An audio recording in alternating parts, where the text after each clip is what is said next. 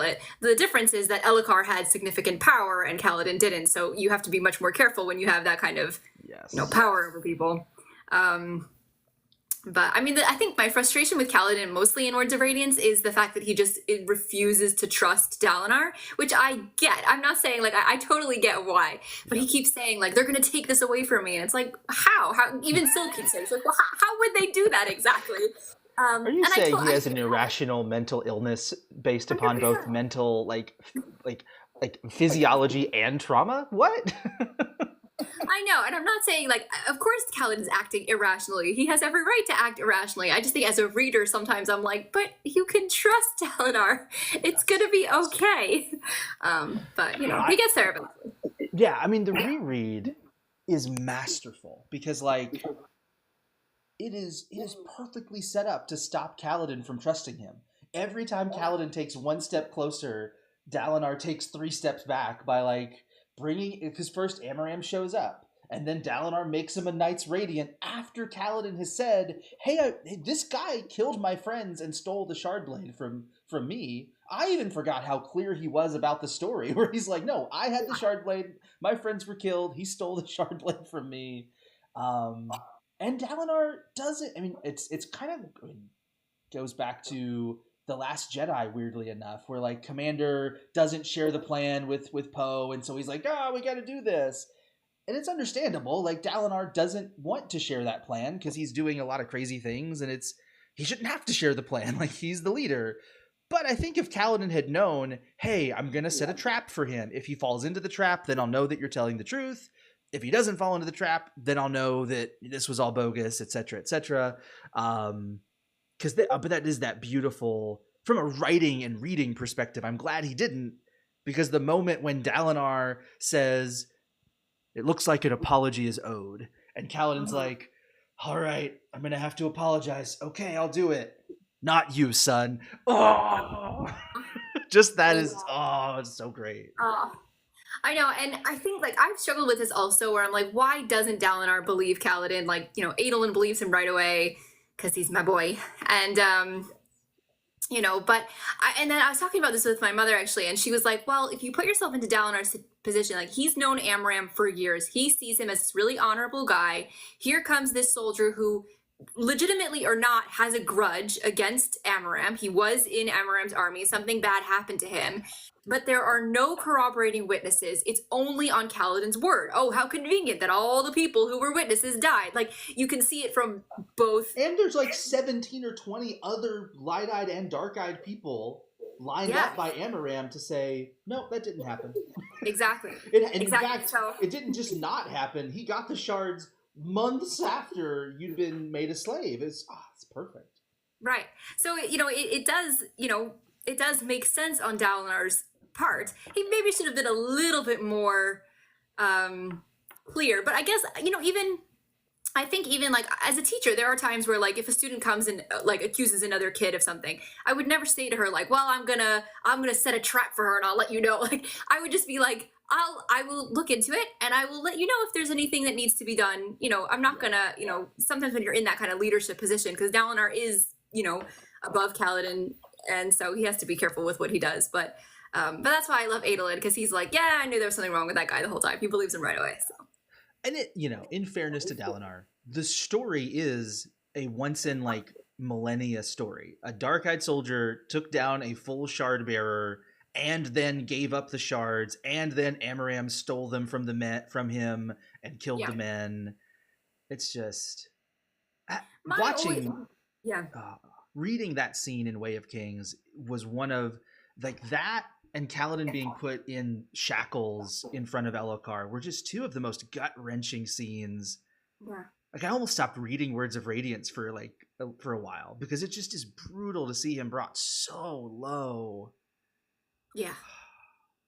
Yeah. I mean, I think just my only thing what we were talking about with Dalinar would be, why would Kaladin make that up? Like, what would be the benefit, right? Because if somebody's going to lie, so there has to be, like, a benefit to the lie. What would be his benefit to lying here? Like, he literally has, everything to lose. So, but, anyway. But yeah, it is, I mean, Words of Radiance is mostly, I would say it's the most lighthearted of the series, probably, because for the first 900 pages. There's like kind of stuff No, going you're on. not wrong. I mean, Shallan's happy with Tin when she's, Shallan's like having her little fun.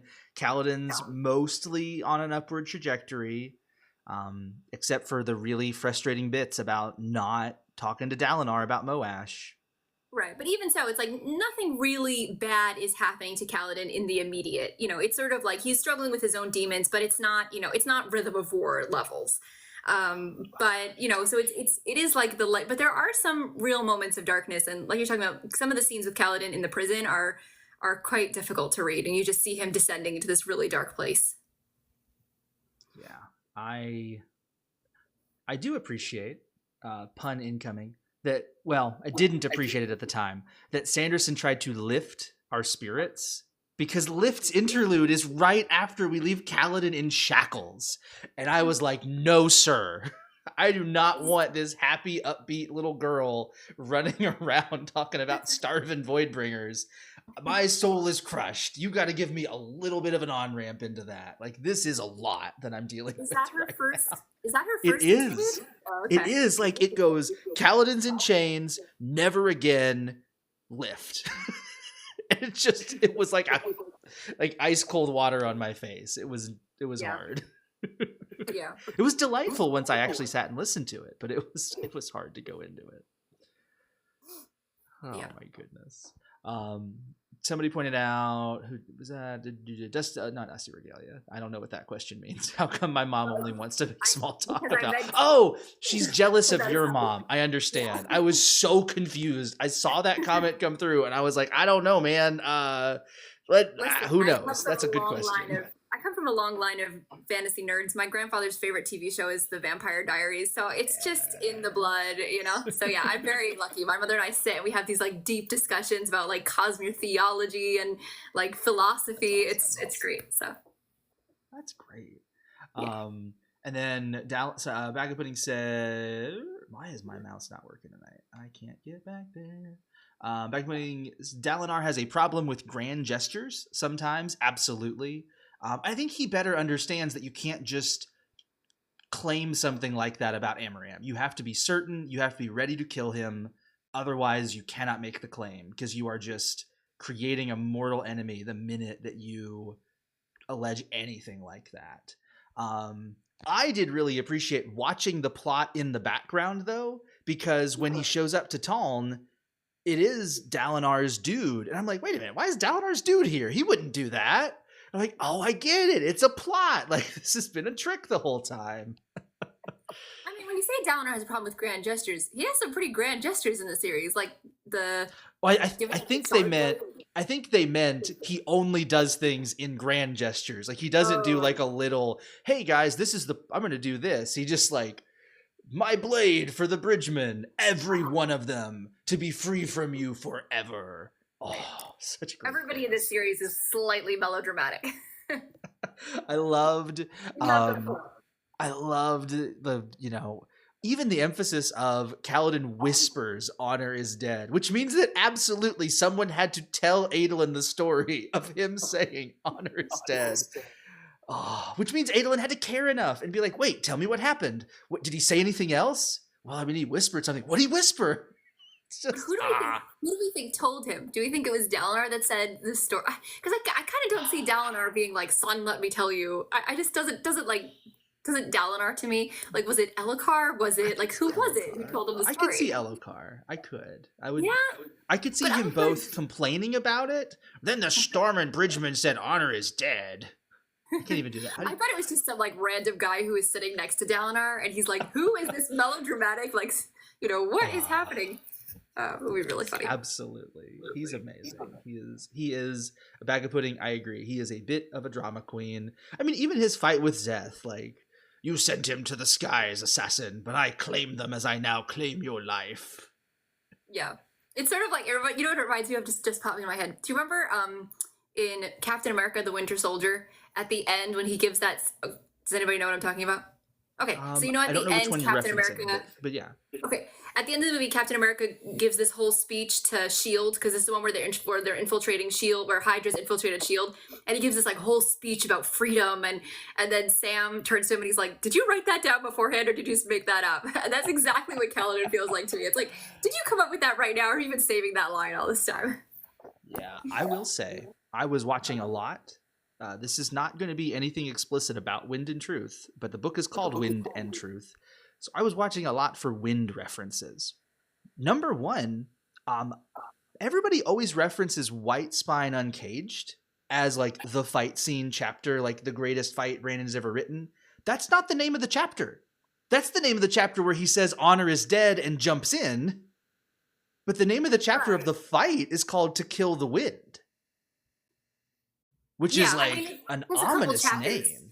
Yeah, I mean, the whole duel takes a couple chapters because then there's the whole scene in the beginning where Adolin starts fighting and then realizes that. And I think that there's another scene after that where the rest of the Shard Bearers come in. So it takes a while before. I don't remember, like, because sometimes he'll go back and forth between characters in one chapter, so I don't remember exactly. Like, I have to go back and look it up. But it's a couple chapters, but White Spine Uncaged is the one that everyone remembers. Well, it's because it's where he enters and he says it. And like Adolin is starting to fight, but Adolin's really just getting beat up in White Spine Uncaged. It's not till Kaladin comes in and is able to give him a little bit of relief that then he's able to like start doing the fighting that just is really impressive. I mean, also, I was so happy with my lawyer hat on that I recognized the loophole in Adolin's promise when it was happening. I was not the first time. I had no idea the first time, but this time knowing it was coming, I'm like, oh no, you said anyone he brings. That's not what you think it means. Exactly. I have to say, like, within those couple chapters, some of my favorite all-time lines from the Stormlight Archive, one being the honor is dead. I mean, that's probably like my favorite line in the series. But the other one is the when they're in prison together, when Adolin is in prison with Kaladin, and then they meet each other, and he's like, "Are you wearing cologne?" And he says, "I'm refined, you insolent farmer." It's just one of my favorite lines. I don't know why it stuck with me, but it's just such a great. I'm refined, you insolent farmer. It's just so funny. And he's earned it. You know, I think earlier in the book, Adolin, that would have driven Kaladin insane. By that point, you know, I mean, gosh, Kaladin's like, oh, you believe me about Amaram? Oh, you spent weeks imprisoned for me or to be in solidarity with me? Like, this is... And that was another thing I was picking up on, all the references in Shallan's chapters to Adolin being off, doing something foolish, you know, and I'm like, oh, he's in prison. Like, she's commenting on him being in prison and being bored. And I was just like, it's amazing. Shirley, I agree. Such a great scene across the chapters. If the only thing that makes it not a wonderful place to revisit is, and for my boon, guards arrest him. It almost makes it worth it that he sees the fear in Amaram's eyes. That's glorious. I love that he gets that moment. But I mean, and Sadius running, like the moment where we get Sadius's point of view, and he is freaked out, and you're like, oh, we would have had him. It's just, oh. So I think, you know, it's so funny. A lot of people get like secondhand embarrassment from like the For My Boon scene. It doesn't bother me that much. I'm like, you know, it's everybody makes mistakes. It's not like to me. It's like I don't know. For some reason, it doesn't bother me as much as a lot of people. I mean, it's annoying and you're like, no, Kaladin, but I don't know. Some people get like really upset if you like mention that part of the scene. Yes, they do. Yes, they do. I did feel a little bit of secondhand embarrassment, which doesn't happen in Stormlight almost ever. But I vividly remember I was driving and I was listening and I like paused the audiobook right before it. It wasn't even necessarily embarrassment. It was just like, I don't want to watch this train wreck. I don't want to watch this happen to my beautiful boy Kaladin after he's done such amazing things. It's just, I know. Okay, also speaking of other favorite lines from Words of Radiance, the line from Kaladin at the end when he's with Shallan, when they go to the menagerie, and he says, coincidentally, you're not obnoxious for a prince, is another great one. That's amazing. I picked up something in that chapter that was really interesting. Syl uses a metaphor with Kaladin, and he's like surprised that she used a metaphor, which was funny to me because like throughout this book and the previous book, throughout this book, yeah, gosh, I read them back to back, and this week has been a blur. But throughout Words of Radiance, Pattern can't use metaphors, and he's constantly confused by metaphors, and so that was really weird to me to think about a cryptic not understanding metaphors and an honor spren understanding metaphors. And I was like, what does that say about like contracts and how you have to understand what the words mean and what they might mean and what you might twist them to mean, not just what they, literally mean. It was just very interesting that Brandon had that parallel between the spren. Oh, hold on. Sorry. There you go. I muted something and it accidentally muted you. I was saying that I think that like I've always imagined the cryptics as being like extremely literal. Everything is just to the letter of the law, and so they don't quite have the metaphors would be something that'd be just like out of there. If we want to bring it back to another Marvel reference here, it's sort of like Drax, who's like just his people are entirely literal. I would not possibly. Nothing will go over my head. I have nothing goes over my head. I would catch it. Yeah, exactly. That's great. That's great. Can I show off something my wife made? Absolutely. Awesome. This is my son is going to be an ink spren, and so this is his sword and breastplate, I guess you would call that. And the sword is magnetized. So it'll like a magnet, so cute. And so he can like pull it off and have it sitting on his back. That is adorable. And my daughter is going to be Syl. It's going to be precious. And we will be Ciri and Sisebron and or Relaine and Venli. So we won't necessarily match the theme, but that's okay. Those are two very different options. Yes, two very different makeup preparations and comfort level. The Ciri and Sisebron will be significantly more comfortable than everything. Yeah. Relaine is a lot. Oh, man. I actually got to talk today to Brooke from Cosmere Conversations. Nice. And she said that she's going to be on a panel with you. Yes. So that was very exciting. Yeah. Is it the speculation panel or the breath panel? I have no idea. I mentioned because I was on their podcast today, and so I was mentioning that we do I was talking about the live stream that we do for the preview chapters, and so she was like, "Oh, I'm going to be on a panel with him." So nice. Yeah, we're still figuring out everybody that's on it because I know, well, Dragonsteel knows, and then there's like a Discord, and people have filtered in, and some people have said what panels they're on, and some haven't. So we're still trying to get coordinated. But in theory, my Thursday panel is here is a recap of the first 4 books of the Stormlight Archive, and here's your last chance speculation before the book comes out tonight at 9:00 or midnight or whenever they drop it. So that'll be, and including the 300-ish pages that we'll have before then. So that'll be that'll be fun. That'll be wild. Yeah. I'm so excited. It's like getting now like closer and closer that I'm kind of like, when we first got tickets, when we first heard about the, Dragonsteel Nexus, you're like, oh, it's so far away. And now it's like, we got 2 months or so, and I'm really excited. I mean, today's the 6th. That's like almost exactly 2 months away. Yeah. I guess it is literally 2 months away, and then it might be days wise slightly different. I have 30, 60 days, whatever. It was when it was 2 days, it was a wild ride. I can't imagine 3 days. So much is going on. I know. I'm a little bit nervous, but I'm sure I'll be fine. Yeah.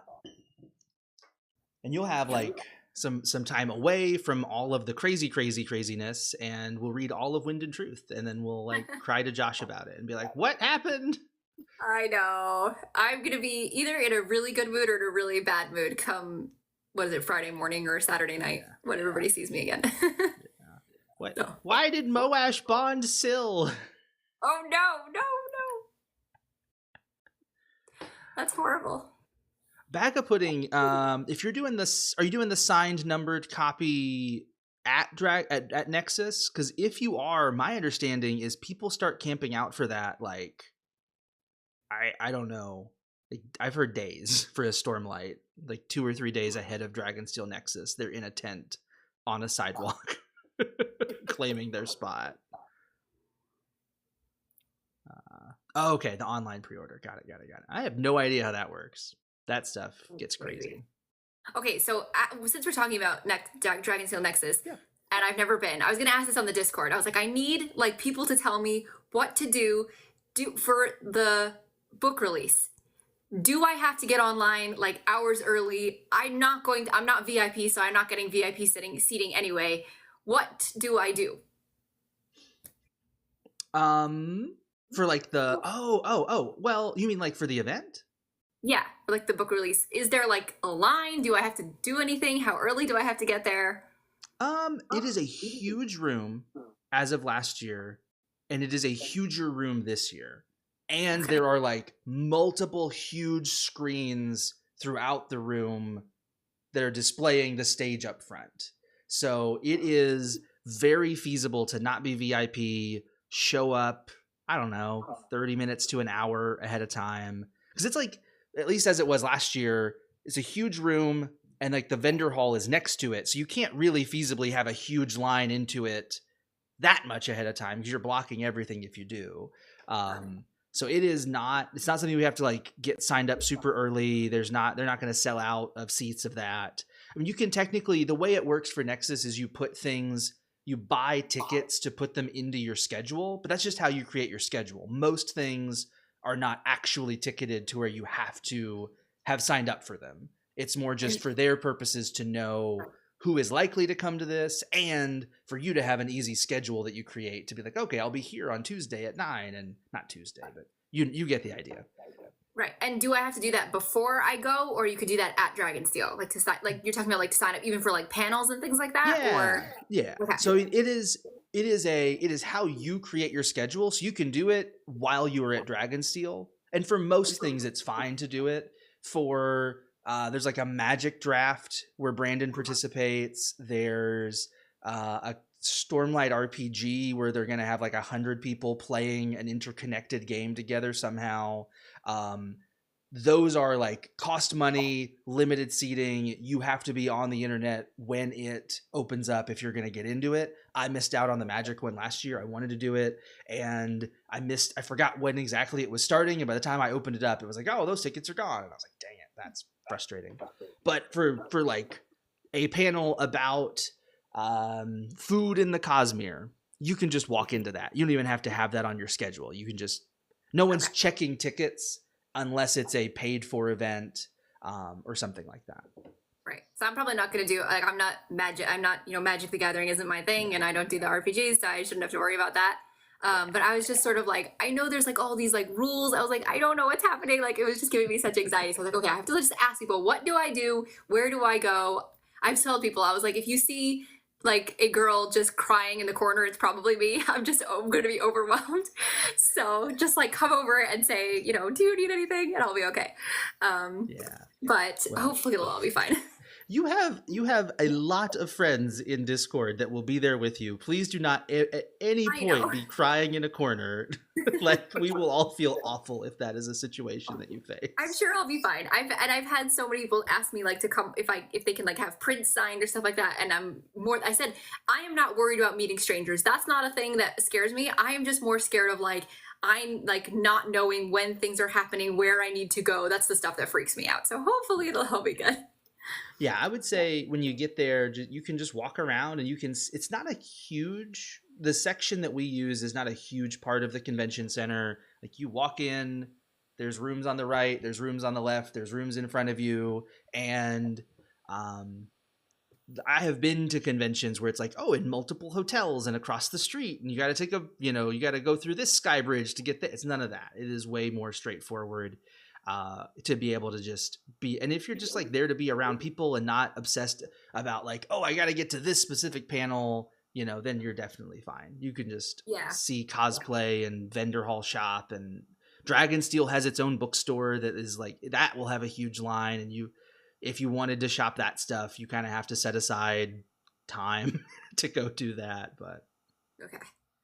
So yeah, I mean, I think that was part of like people were asking me if I was gonna like sell anything, and I was like, I just want to go and experience it. I'm most excited, honestly, to meet everybody, like to meet everyone from Discord who's gonna be there and friends from Instagram. Like I'm so excited to meet everyone. yeah. I'm really just gonna let the experience happen to me this year, and then we'll think about next year. Next year, like I just want to go and experience it the first time. So I'm not too worried about all that the other stuff.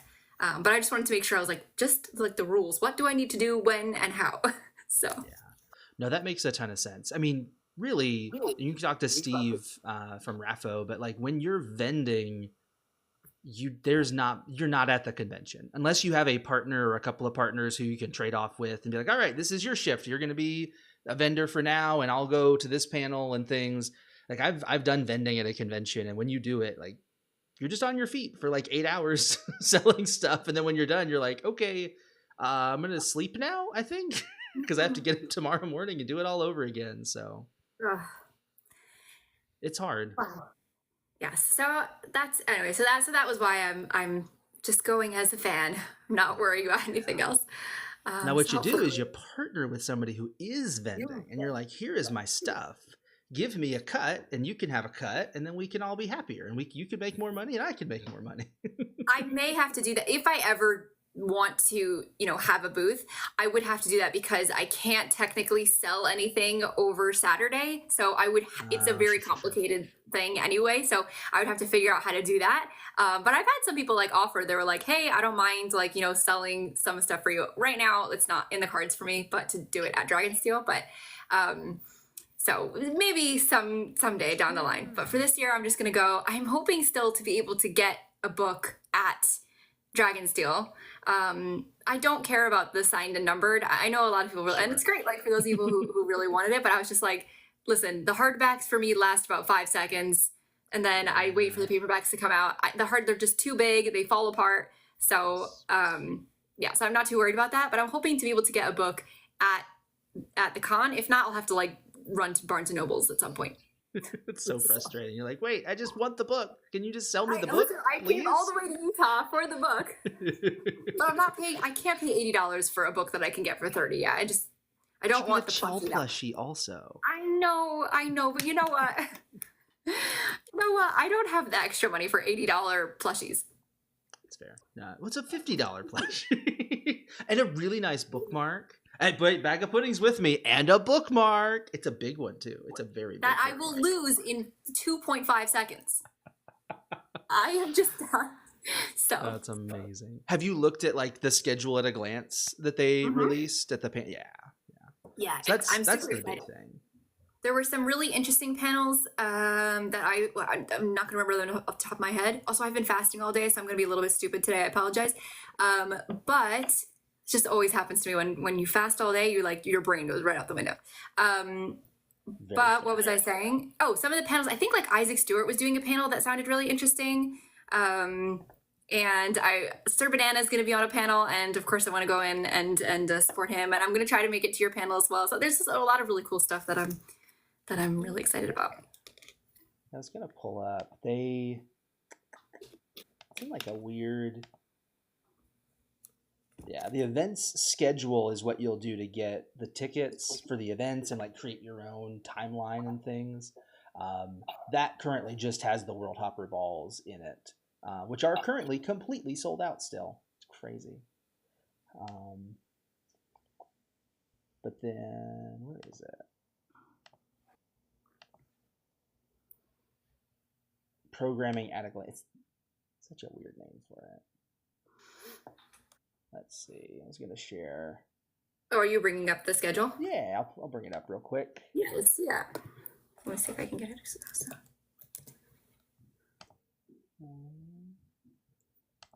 Settings. Perfect.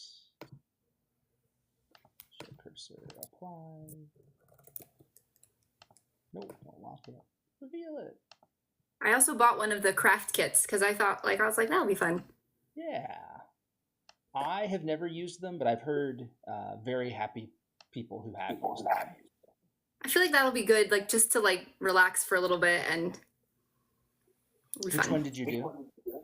I did the gosh, I'm telling you, not the Fabrils, the Soulcaster. You guys are gonna have to go. I'm telling you, you're gonna have to go a little bit easy on me. Like my brain is just.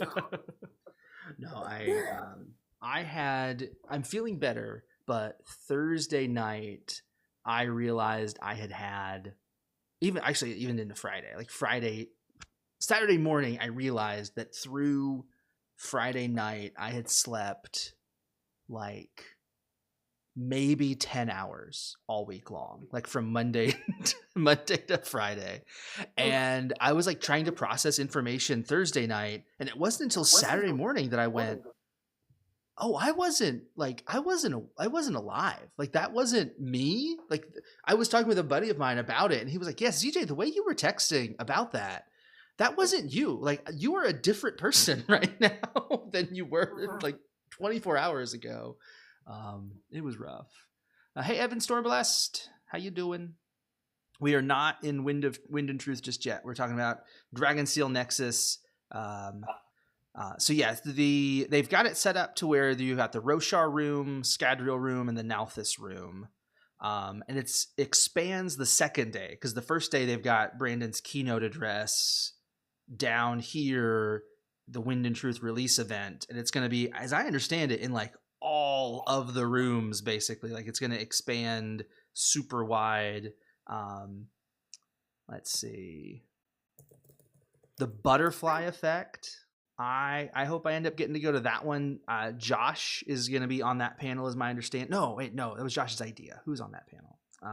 Jasonian's on that panel. Oh, cool.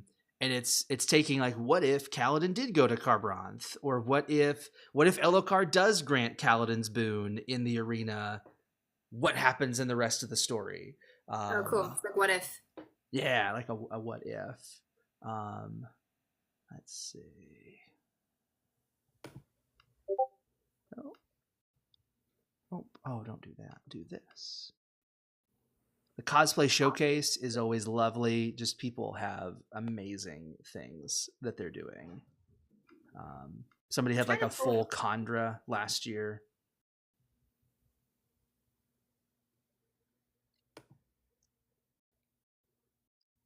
I'm trying to find the schedule, and I'm not finding it. Oh, it's called Programming at a Glance. And you click attend, and it's like the last option after hotels and flights. Okay, let me see. Hold on. Is very not the way I would design how to get to it. This website like also makes me a bit nervous. I'm like, I don't know what's happening. Dragonsteel Nexus. Interestingly, we have both Same World New Story fanfic panel and Butterfly Effect Disruptors of the Cosmere. So that's interesting. That kind of like has a similar connection point of the what if, reimagine the Cosmere, that kind of thing.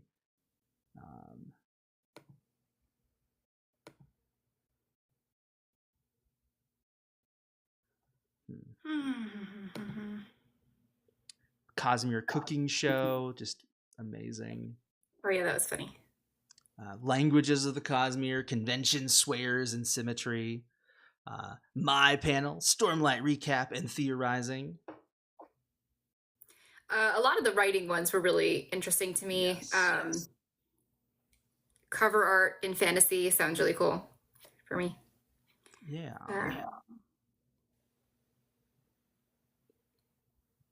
Brandon's spoiler Q&A was a delight last year, and it's always, because this is like the mecca of people that are invested in his writing and are just going to bring wonderful, wonderful questions. And he feels giddy. Like he'll just bring up random stuff.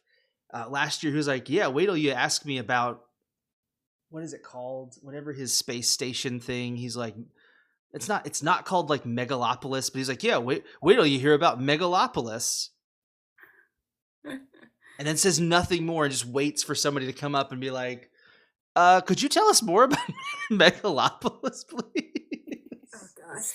So wait, fun. When is that? When is the, because that is that going to be like impossible to get into, Brandon's spoiler Q&A? It's in the same room at least as it should be in the same room as the reading later. So it's a huge room. So that's the nice thing about the big things that everybody would want to go to. They're big enough for everybody to be able to go and like not you might not be close. Like if you want to be front row, you might want to get there, 30 minutes, 45 minutes, an hour early. But if you just want to be in the room and be a part of, people were walking in the middle of it. Like it's not, they have created space for the amount of people that are interested. The way they did it last year was, I think, ultimately the nicest way to do it, which is not like based on you arrive and you line up. It's you text your question into this QR code and then you're selected or you're not. And so it's kind of like as you go through, people's names pop up on the board. Once you see your name, then you walk up and you ask your question. So it's randomized. It's not based on who can get there early or who can do that kind of thing. When is that one? Because also, I don't know when is that? 3:30 on the first day. Oh, okay. So then I'll be there. Cool. Yeah, it's interesting to me because it's Nexus Dragon. It's a Dragonsteel Nexus turned on its head from my experience last year and previous years, because normally, all of this stuff is happening on the last day. The signings and the spoiler Q&A and the Wind and Truth release event and like all this stuff. That was the capstone of Dragonsteel last year because that's when the book releases. But he shifted it. I'm not sure how, I kind of wish that it was being released. I thought it was being released on Saturday night. I was like, that's so fun. And you have like the big, like kind of the build up, but oh well. Yeah, it's not the way I think the average person would draw it up, but somehow Brandon's decided that like giving you the book on the first day, because it also like it throws the panels into a huge disarray. Can you have a Stormlight panel after you've released Wind and Truth? Like, yeah, it's gonna change a lot of things, and then also like you have to sort of do the thing that Joshua does, where you have to like talk about it without actually talking about it. Yes, so. Yeah. I was really surprised. I think I didn't know what to expect from the types of panels. I thought there would be a lot that were like Stormlight and Cosmere specific, but there are so many that are like art or writing themed that I'm like really excited for. So yeah, I'm really excited. It should be a lot of fun. I know the thing that a lot of people in the like creator community appreciate is how much Brandon has made this convention a spotlight for creators, spotlight for writers, authors, and really just brings in, and the panels even show that like it is legitimately good places to gather in, like the second day, traditional publishing, how to form a writing group, a new author spotlight panel. It's just it's fantastic. I know, I'm really sad I'm gonna miss that one because the traditional publishing one sounds really interesting, but I'm not gonna be able to be there. I'm just trying to look at the ones that I will be there so I don't get too sad about the ones that I'm missing. Yeah, I'm sorry. That's okay. That's okay. Hey, Jason, welcome. Hi, Jason. Yes, I'm on panels on the first day, the Stormlight recap and theorizing panel, which is going to be an hour where we just blaze through the first four, and then all right, what do we think's actually going to go down? Are we going to see a fight of champions? Is Moash going to bond Syl? All that fun stuff. There is an In Defense of Moash panel in here somewhere. I think that's on the last day. I wonder if I should go and troll. I'm just kidding. I would never do that. That's funny. We've already had some jokes in the Dragonsteel Discord about like going in and asking ridiculous questions of each other's panels. Like, so if Hoyd were to attain the third heightening harmonic and then ask cultivation for her blessing, what would happen? And then I have breath hacking on the last day, manipulating the magic system of Nalthis. Breath hacking. Yeah. So like, what are the weird things you can do with breath is the idea. Like, go crazy. Imagine what would you do with it? What could you do with it? We've seen Nightblood get created with it. We've seen it used mundanely for just like grabbing people and things like that.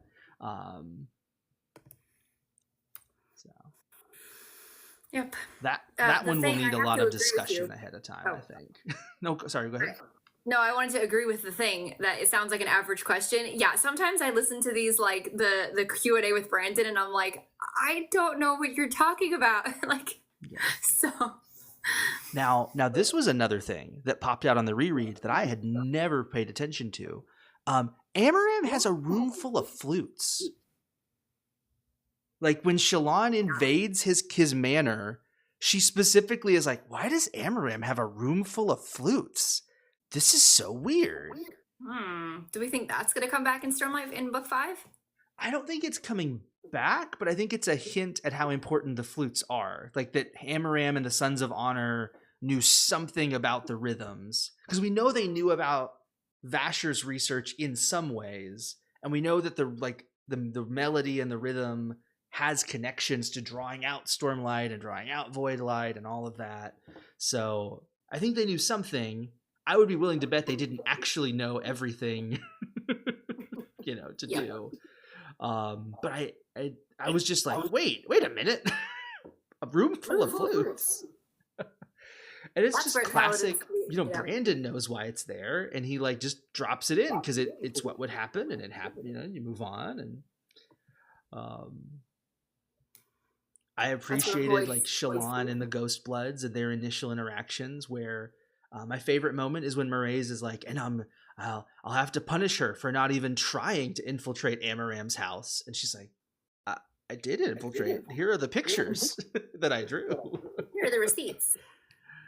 I do love poor naive Shallan revealing that she can draw a perfect picture of anybody that she's ever seen to a room full of anonymous ghost blood assassin murderer people.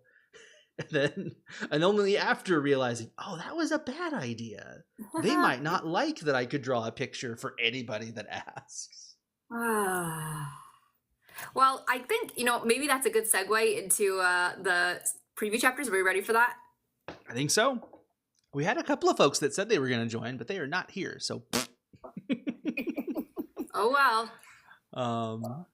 Time zones, perhaps. Who knows?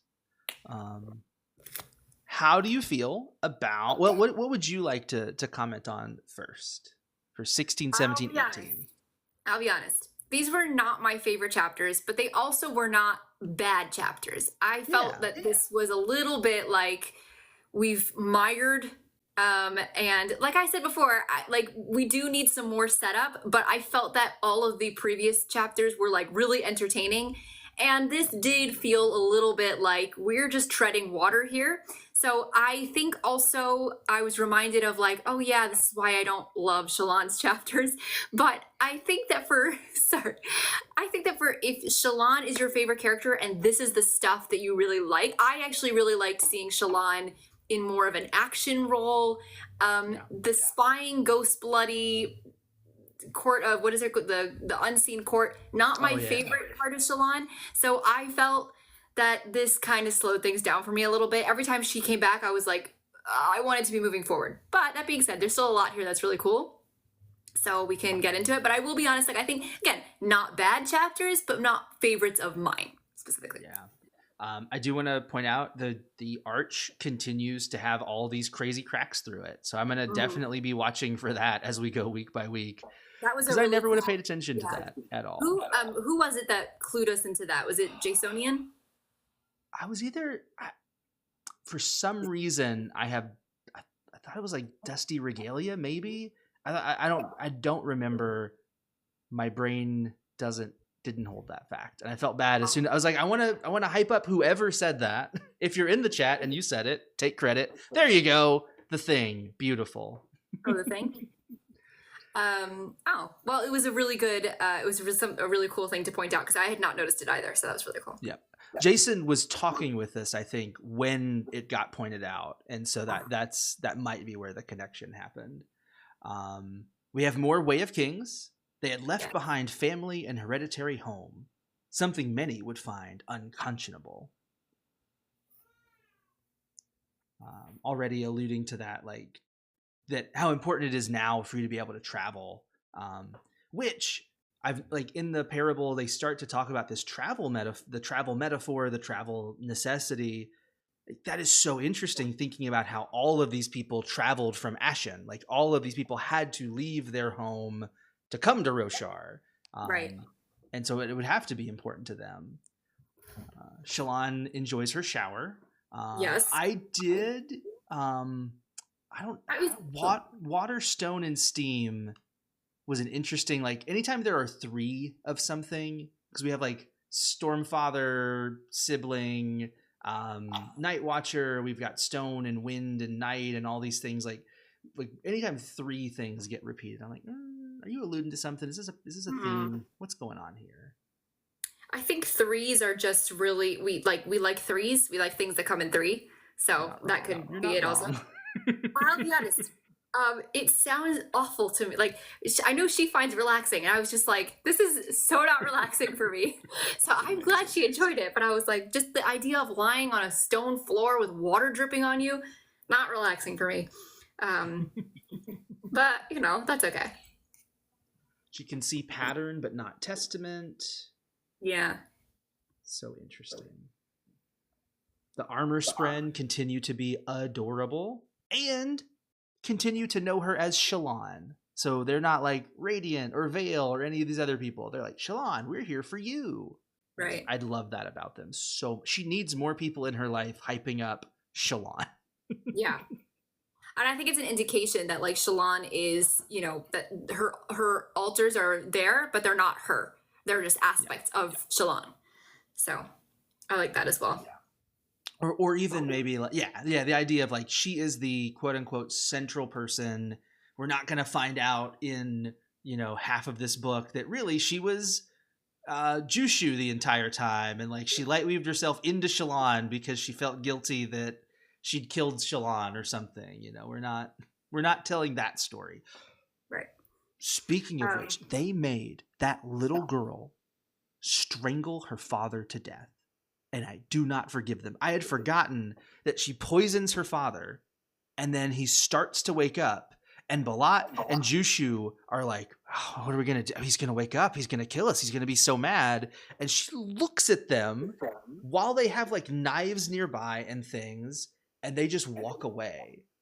And she like gets her aluminum necklace off, and she's like, all right, I'll take care of it. That's awful.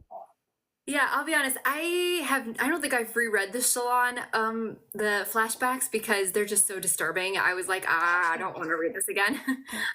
It's just awful. It is really awful. Yes, Bag of Pudding. It is an aluminum necklace, and I'm like, I think it's because her dad thought it was expensive, and it was. But I definitely was like, why is that aluminum? What's going on there? What's the purpose behind that? See. Yes. I did unfortunately not see any evidence that she is the Devar soulcaster that like helped her dad do the soul casting. Doesn't mean it's not possible, but I didn't see any evidence of it in the flashbacks, which was frustrating. In this chapter, we got a little callback to the no mating scene from Oathbringer, which I thought was pretty funny. Yeah, I've seen like the people are like, yeah, the best character arc in Stormlight Archive is Pattern going from no mating. It's like, but like now it's like they're married, so it's sanctioned. So he's okay with it, which I thought was really funny. Yeah. So, and then we get this whole scene with the rest of her court, like with Red and Gaz.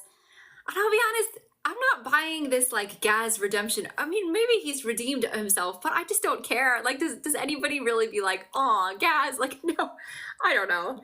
Watch on the reread. It was. I really appreciated on the reread. I mean, maybe I'm just dense. I didn't really process it was Gaz from the beginning of Shallan's story. Like when she meets up with this group and there's a one-eyed person, it took me a long time to really make the dots connect. Of like, oh, that's Gaz who is the first to run to save the people, because it is like when she realizes she can partner with one group of bandits to fight the other group of bandits, and so she inspires them and like no, we should go and fight and make yourselves better men and all this. Gaz is the first one who runs off to like go and save the people, and I'm like, oh, okay, we're getting some character development there. But at the time, I probably didn't know that was Gaz. Like the first time I read the book, I was like, oh, a one-eyed dude. Yeah, sure, whatever. Like that happens. I mean, yeah, I think it's fine. Like, I'm not like getting mad at it or anything. I was just sort of like, do we need this?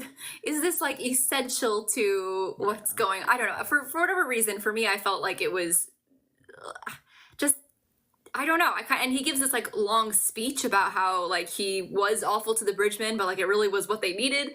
And I'm like, okay. Like I said, this just yeah. That part felt very Lightweavery, to be like lying to yourself and then someone being like, weren't you crying because of what you did to them?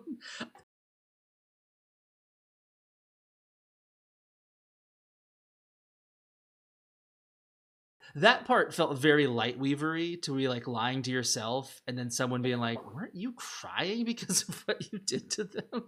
Dashing Link, you're here. I would love to know the mathematics of what causes that, because I'm just like, what? So I think I just froze for a second, so I didn't hear what you said. Oh, I would love to know the mathematics of what on earth causes that glitch that just seems to hit us from time to time. It's very. Oh, I thought you read like in the story. I was like, wait, I must have missed something. No.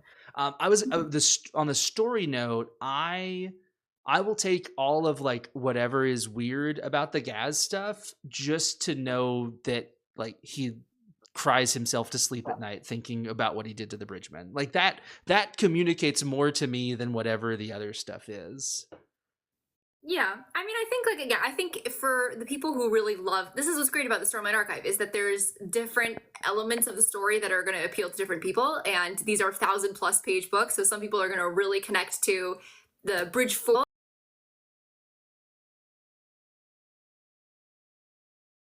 And these are 1,000+ page books, so some people are going to really connect to the Bridge 4 storyline with Kaladin, and some people are going to really love the like espionage Shallan and the and the Unseen Court. For me, this is like my like the stuff that I'm like not as crazy about, but I appreciate it, and I hope that the people that enjoy it. So yeah, if that makes sense. It's one of those things where it's a huge book. What appeals to me is Gox, baby, says Bag of Pudding. I agree. Gox is. That's another great character arc, to watch him go from like the street urchin in Lift's interlude all the way up to Prime and all like. Oh.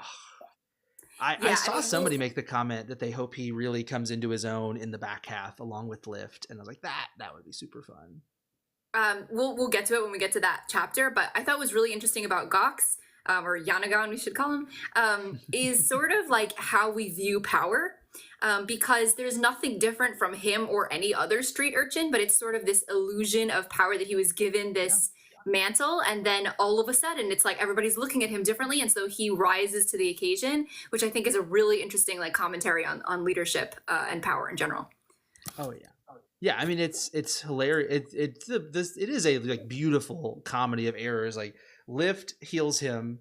They're like, you rose from the dead. You are the one who should become emperor. And it's like, she did it. Okay, all right, whatever. And then he like writes the pardon out super fast, and they run it over to Nail, and they're like, she's pardoned. And he's like, who are you? What authority do you have?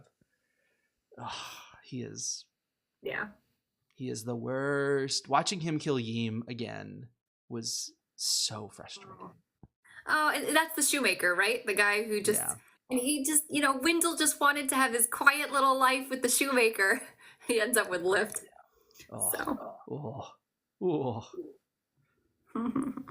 That is, I don't know if, have you listened or read the interlude that Sanderson read last year at Dragonsteel?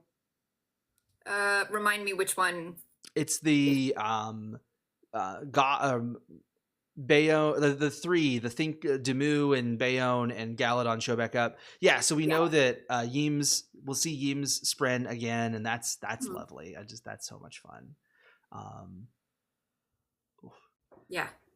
Let's see. But these chapters have things in them also that should definitely be discussed. Yeah. So, I mean, that's okay. So we're talking about Shallan, and she has this whole conversation. They do this like little thing with her armor where she tries to share it in the same way that Kaladin shares his. It doesn't go very well, which is a pretty fun, cute scene. It is adorable. like breaking the cape off and just. Yeah. er, And he's sort of like stuck there, I think, right? Isn't that what happens? Like it sort of locks up and then he can't yes, move. it locks him in place. He can't move. They're like, move, and like, we can't move. Any theories as to why it works for Kaladin but not Shallan? Do we think it's a Windrunner thing? Do we think it's a Shallan Kaladin thing? See, the book says it's because they aren't experienced. And because the book tells me that fast, I don't believe it. It immediately makes me suspicious of the first explanation. I really like the idea that creation spren are powerful in Shadesmar because they can turn into whatever bead you need them to be. And also maybe powerful in the physical realm, they might be able to be used to transform into other things, right? Like they might be more easily shapeable as compared to normal armor spren. And I like the idea that wind spren would be able to fly around really easily and like flit between people to provide protection. And then past that, I mean, your guess is as good as mine about all the other armor spren out there and what do logic spren do? We know that Yasna wasn't using her logic spren to flit around the battlefield. She was armored up the entire time. So to me, it seems like there should be like a special ability for each armor, and it makes sense that Windrunners would be protecting people on the battlefield. Yeah, that does make sense. Also, I wanted to... Oh, yeah, go ahead. I think you were going to say the thing I was going to say, so go ahead. Is this with Bag of Pudding? Yeah. Okay, so yeah, Bag of Pudding just pointed out that Stargyle is an homage to Steve Argyle, which you're right, it does seem pretty obvious right now. Did you catch that, CJ? Not myself. I was told that sometime in the past. Someone went, hey, Steve Argyle is Stargyle. And I went, that's cute. That's really cool. It's really cute. Darcira in here, or what is... Yeah, Darcira is also sorry. Yeah, you're good. Darcira is also a reference to two different Darcys, I'm told. So it's kind of like a fun double honor. Right. Yeah, I think I knew that one because I know Darcy. I know one of the Darcys. So Evan said, see, I haven't really made connections like that. I just learned that Nail was the one who chased Lift. Yeah, absolutely. He's also the one at the feast in the prologue. Anytime you see like a tall Macabaki man with a scar on his face, it's pretty much Nail. I mean, they then in book 4 that he doesn't he call him Nail? So at that point, yes, yeah, that's where. I mean, Edge Dancer also maybe he says his name is Nail. I mean, Lift doesn't know who he is, right? For the longest time. I think maybe by the end of Edge Dancer, she's figured it out because she listens to him and, swears her, I will listen to those who have gone ignored oath, which is one of my favorite oaths. I love the Edge Dancers so much. I mean, going back to Adolin, embodying the beautiful Edge Dancer that he is, listening to the stories about Kaladin who saved him, and love it. Okay. Quick side question, because this was a question that my mother had about Words of Radiance, and I didn't know the answer. Where does Helleran get his shard blade from? Was it from Nail? Where do we know? Yeah. There is somewhere a reference to him getting it from the Skybreakers, from Nail, almost certainly. Like that was it was like his squire task, basically. Like, hey, if you can go and kill this shard, this budding radiant, then we will let you take the first oath and begin to bond a high spren, was the plan. Gotcha. That's what I thought, but I was like, I better check. So yep. I know that Brandon has confirmed that, and I want to say there's some reference somewhere to somebody talking about it in text, but it's been a while since I've watched for that. Gotcha.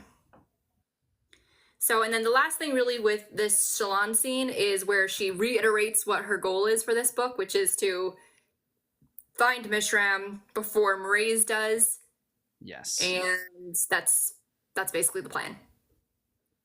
Well, first it's like take the fight to them, right? To try to go on the offensive against the Ghostbloods, which is crazy ambitious. Right. So that's sort of the end of that first part with Shallan. And then we get the culmination of the Dalinar meeting cultivation scene from the last chapters. Yeah, how'd that live up to your expectations? Yeah, it was crazy. It's really weird to see like a herald. This is our other than Odium. I mean, well, obviously, it's still weird. It's still kind of like awe-inducing to see a herald interacting. Vessel. Yeah, like a shard. vessel. Yeah. What did I say? What did I say? You said herald. I told you today's gonna be brain out the window. We knew what you meant.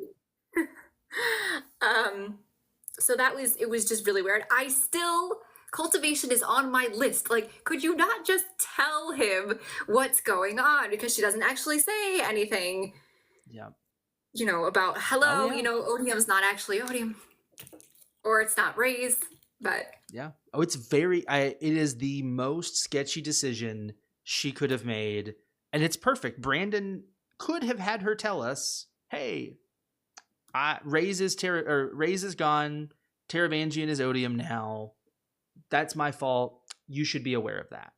Here is well, not even oopsie. You can just be like, hey, you don't trust me. You have no reason to trust me. Let me give you some information that is true, and you're about to figure it out anyway. You're about to figure out some version of it. I can see that, Saphandrius is over there figuring out the loophole thing and figuring out that must mean, somebody, the power is being held and all that stuff. So let me just go ahead and tell you. And that way you can trust me when I tell you to go take up the Shard of Honor. Which, I don't know, shocked me to hear this claim that the power hadn't splintered. I think a lot of us were under the impression it was just splintered. Yeah. Do we think that she is unable to tell Dalinar? Because she seems to be, like, trying to get him to figure it out. She says, like, have you ever known Odium to be frightened? Which is sort of like, I think, trying to get Dalinar thinking about these things. But so do we think that she's like actually blocked from saying it? I don't think so. I think the only way she'd be blocked is if she'd made some kind of promise or oath, and I don't see that. I think it really might be, well, if there is a block, it would not be cultivating to give them the answer. And so I cannot give them the answer. I can only I can only plant seeds and water them and add fertilizer. I can't actually make the plant grow. That's what I would see as the limitation, right? Like her intent. I think also what you're talking about with the honor, the power still existing, it's just looking for a vessel, feels very familiar for Mistborn, and it's sort of, harkens back to that. I don't know if this is Brandon setting up that Dalinar is going to take the shard, or is it setting up that Dalinar won't take the shard but somebody else will? Or is it just complete misdirect? So this is, yes, this is 100% the scene from Princess Bride where it's like, I obviously cannot take the glass in front of me. So the wine must be the poison must be in your glass. So I can't take the glass in front of you either. And it's like, well, great. Now we know nothing. Now we know that we don't know. Excellent. Exactly. While I am pondering on it, a couple of folks had asked last week where Josh has been. He has been abroad in like Switzerland, gallivanting around the world in a completely different time zone, disconnected from all of this nonsense. So he is hopefully going to be coming back in the next couple of weeks. But I poked at him and was like, "Where are you?" Yep. Time to eat all the honor blades and ascend. Oh, that would be painful. Please don't do that. I guess if Nightblood chips them off enough. Yeah. Evan, I agree. I was surprised to see Cultivation talking to Dalinar. I did not have that in day 2. In no way did I have that on my bingo card. That's like, we're used to that happening at the end of a book, midway through a book. I just don't understand what she was trying to do, though. Like, she just shows up and you expect there to be this big, like, okay, let's get down to business, and then it's just more riddles. I think even Dalinar says, he's like, could you please just tell me? No, but you can't. So. Yeah, I would say the biggest thing that comes out of this is we we have reason to not trust the Stormfather, and we have reason to go into the spiritual realm. Mm-hmm. Shallan had reason to go into the spiritual realm to look for Ba'ad Mishram, but we didn't have any reason for Dalinar to go in there. And I mean, it is dangerous to just start going into realms you don't know anything about 8 days before the most important contest of your planet's existence. Do we think that Dalinar is going to go, or he's going to send somebody else to go? Maybe Adolin. Dalinar? Do we think Why? Dalinar is going to go? I think Dalinar's going to go. You think Dalinar is going to go? I don't know. I am so like I'm still very confused as to what is this book about. I'll be honest. I'm like, what is the plot? What are we doing here? I mean, I know like in general, but I'm like, okay, I know that Kaladin and Zeth are off to Shinovar to do something. I know that Shallan has the most concrete plan in the entire book. Shallan is, yes. Isn't that crazy? Shallan is the clear plan person at the moment. I know, and her clear plan is to go into the spiritual realm and find Mishram. That's as much as we know about that. I don't know what like anybody else is doing in this book, and this didn't clear it up for me. So, and this was 3 chapters at once. Imagine if they were only doing the 2 chapters. Like they needed to do all 3 of these, I think. I know, because it was. I'm sure, like if I was reading it as a full book, it would be like it would feel a bit faster. The fact that we're getting it chapter by chapter, I'm still like, I know we're still in that like launching off stage. We're still in the rising action, but at some point, Brandon, I need to know what this book is about. So I'm enjoying it. Definitely enjoying it.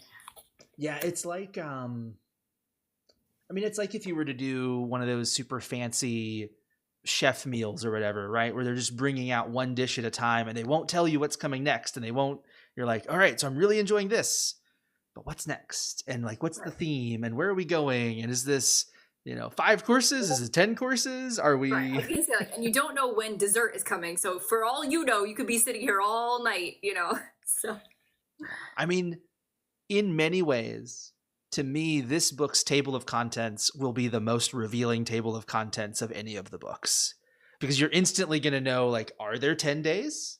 Awesome, there are. Or there are not. Or it's like, how many epilogues are there? How many interludes are there? It's just, there's a lot of structural things that's really genius as an author to come into the 5th book and shake things up and say, hey, look, you thought you knew what you were going to get in this book. You don't. It's going to be crazy. We're going to go places you don't know what to expect. The spiritual realm is going to make time shenanigans go insane. Who knows what that's going to be like? Who knows if they'll even get there? It's like, we're trying to. Seems like we have to. It's a risk. Yeah, it's definitely a risk on Brandon's part, because if you have a book series where there's a very concrete structure for the first 4 and then you shake it up for the last one, there are going to be some people who are going to complain. But that being said, it could also be really cool. So I guess we'll just have to wait and see. I mean, like I said, so far I'm really enjoying it. Some little bumps, but that's totally normal. And yeah, so I'm loving it. I'm really excited for where we're going. I just wish we were like I wish we were there already, is what I'm saying. Yes. Oh, 100%. I can't tell you, this is really bad. I can't tell you how many times a week I go back to NetGalley and be like, any chance you have the whole book? Any chance you're like going to add the rest of the book to this potential? But I like the experience of getting to read it at the same time as everybody else. Yes. Like for when Joshua's on here and he has to like try to finagle his way around not saying things, and also like sort of the climax is over, and for the rest of us we still have that anticipation. Like sometimes waiting for something is more exciting than the actual thing. So I'm really enjoying this like little phase of anticipation before we get the book. So I'm not like I don't think I would want to read it beforehand. I'm enjoying this. So I am very much enjoying the process as well. I have also worked very hard to not go back and like I have talked with people in one of the Discord groups that have like access to everything, and they'll reference something and I'm like, did that happen? Are you sure? Are you sure that happened? So yeah. Yep. Also, okay, so Stormfather didn't know about the conversation between Cultivation and Dalinar. Yeah. So was she Like a bubble. hiding it from the Stormfather? Because I've always thought of the Stormfather as like he's sort of always there, like he sees everything. So that was really like a interesting copper too. cloud, maybe. The ability to hide from the sight of a cognitive entity. I mean, it seems like a shard should be able to do that pretty easily. Right. It's interesting that she thought to not include him. Yeah. Oh, wait. If she did. She does not. So, okay. This chapter was the beginning of like my acceptance that the Stormfather in the prologue might have actually been the Stormfather. And that really what this book is doing is just revealing the Stormfather's been lying for years to Dalinar at this point, and hiding things, and has his own agenda, his own way that he wants Dalinar to do things, and very specifically does not want Honor to have a new vessel. Like, that seems the most clear from everything that, like, we think about the visions and we think about the way that we're hiding this from the Stormfather and things, because that would in theory be the thing to point out. So I don't trust the Stormfather nearly as much as I used to. Yeah, I mean, I always I remember the theory that it wasn't the same Stormfather, or was it or something like that. I've always thought that it was the same Stormfather. I just thought that, like, oh, the Stormfather's kind of shady. Yeah, Yes. No, he is shady father, not fake father, apparently. Yeah, exactly. Let's see. The thing says, I think it's cool that we're all kind of synchronized, whereas once it's all released, everyone will be out of sync immediately. Totally a fair point. Jason said, how long will you wait after it comes out to start talking about it? I will be at Dragonsteel. I will have family. I will have been reading this book every hour that I'm not asleep or in a panel or with family. So I don't know. I'll probably have some videos up relatively soon that are like huge spoiler warnings. Do not watch this if you haven't done Wind and Truth and all of that. And then Bag of Pudding says, are you going to reread the previews when the book actually comes out? I don't think so. I was thinking about this, and this was one of my worries about reading the preview chapters was, is it going to like freak me out that when I think I'll be okay to just start from the next part, wherever we leave off. And also it'll be helpful so I can like get through it faster. So yes. I'm the same. I mean, I've read them, and I'm like rereading them before we talk, and then we're talking about them. And so I'm like, I feel like I will have digested this portion of the Stormlight Archive more than just about any other portion. I will be ready to just jump in. Now, what I might do is, like, as soon as I finish Wind and Truth, like, do a re-listen of it from the beginning, and we'll just depends on how I feel, right? If it's one of those endings where I'm like miserable, I might not want to go back and like rewatch the misery. But who knows? John S. Oh, good. I think we should do some live streams afterwards also, and do like some recap. Maybe we can get more people to join us, so we can all talk about it together. Yeah, and we could even do like a day 1, day 2, day 3 type recap. That would make the most sense. Yeah, that'd be cool. I would enjoy that. John S. says, the Stormfather is an unmade, calling it now. When Odium said, we killed you, he meant himself and the Stormfather, not cultivation. That's a really cool theory. I like that a lot. I've seen the Stormfather as an unmade popping up a lot more in the last little bit. I don't know if I can go as far as to call him an unmade, just because he is... like, he's giving Dalinar the honor surge, like the bond of adhesion, all of that. But he's something. The idea that he possibly colluded with Odium to kill Honor is a creepy but cool idea. Yes. I mean, he hates Radiance. He hates... he hates what the Radiance did. And if he sees what the Radiance did as a response to Honor, he might have tried to kill Honor as a way to stop the Radiance from doing their thing. I mean, it's just, who knows? It's hard to say. I do like the idea that the "we killed you" is so ambiguous that we can start being like, that was actually Odium and Kelsier. That was the "we" he was including. Oh boy, we're just blaming everything on Kelsier now, aren't we? Well, I mean, he would like that. Hoyd would like that. Yeah, 100%.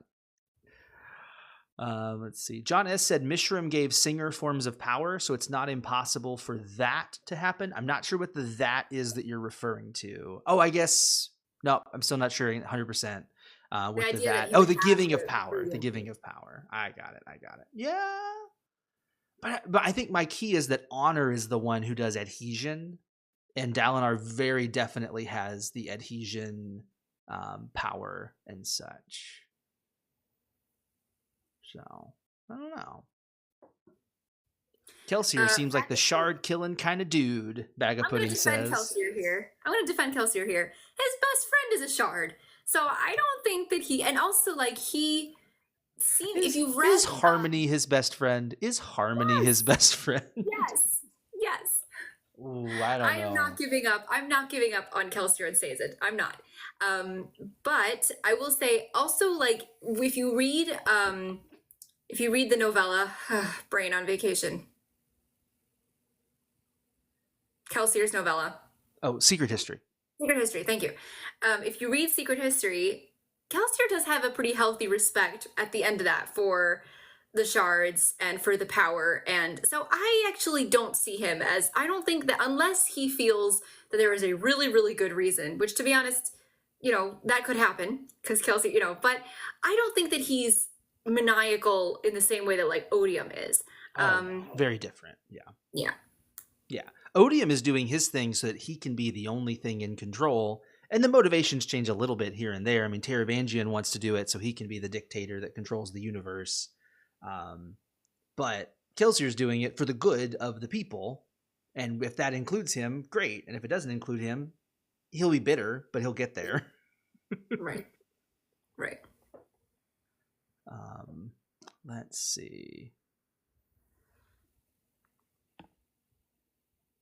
I will say it is a little bit scary and troubling to contemplate what a fight between Honor and Odium would look like, and what would it mean if assuming, because I think that's the logical next step is, well, if Dalinar is the champion and Dalinar is Honor, does Taravangian step up as the champion and is Odium, and now we have two shards who are able to like fight each other?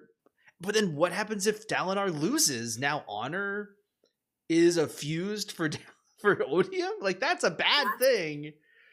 Actually would be really cool though. I mean the visuals of like two shards fighting each other. And two also full sort powered of like shards, right? What? Yeah, two full powered shards. Two full powered shards, and also like the Honor sort of getting his revenge on Odium, and that could be so cool. I don't know if what you're saying is if he loses, what happens then? And I do think he's gonna lose. I do think we're gonna see Dalinar as fused. No. So I don't know. Benny Ben says a fight between Honor and Odium looks like Ashen, and I agree. That is almost is very possible. But that would be cool though. I'm not gonna lie, that would be really cool. And also, yeah. Jason brings up a good point. Maybe we get to see how Odium killed Tanavast in this book. Connected to that, I want to know, what are the moments from history or prehistory that you want to see Dalinar go to? Like, what do we want to see him have a vision of that has previously been inaccessible? I think the destruction of the original human world and then them coming to Roshar would be pretty cool. Yeah.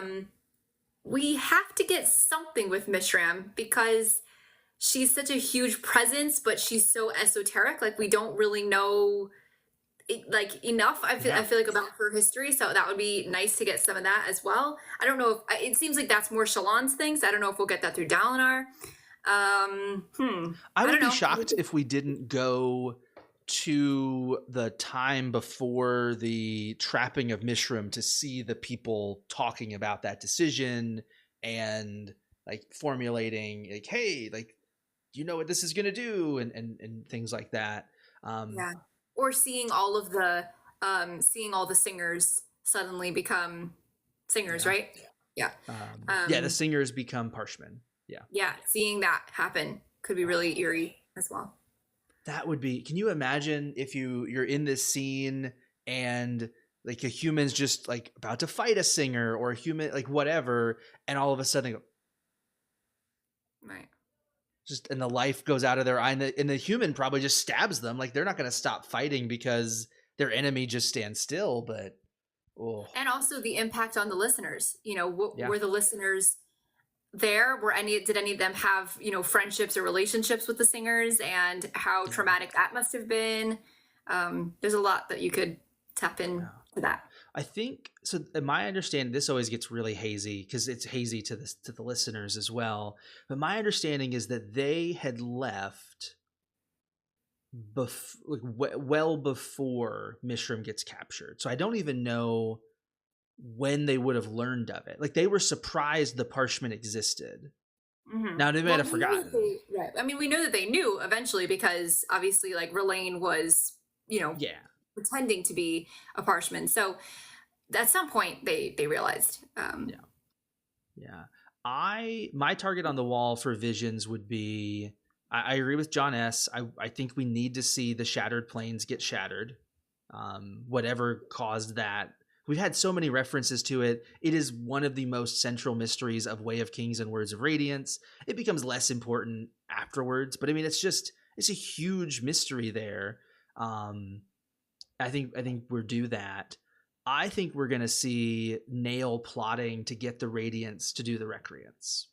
I was even more convinced of that in Words of Radiance reread when there's references in the book Words of Radiance, like the epigraphs, to one of the orders committing a subterfuge against the other 9.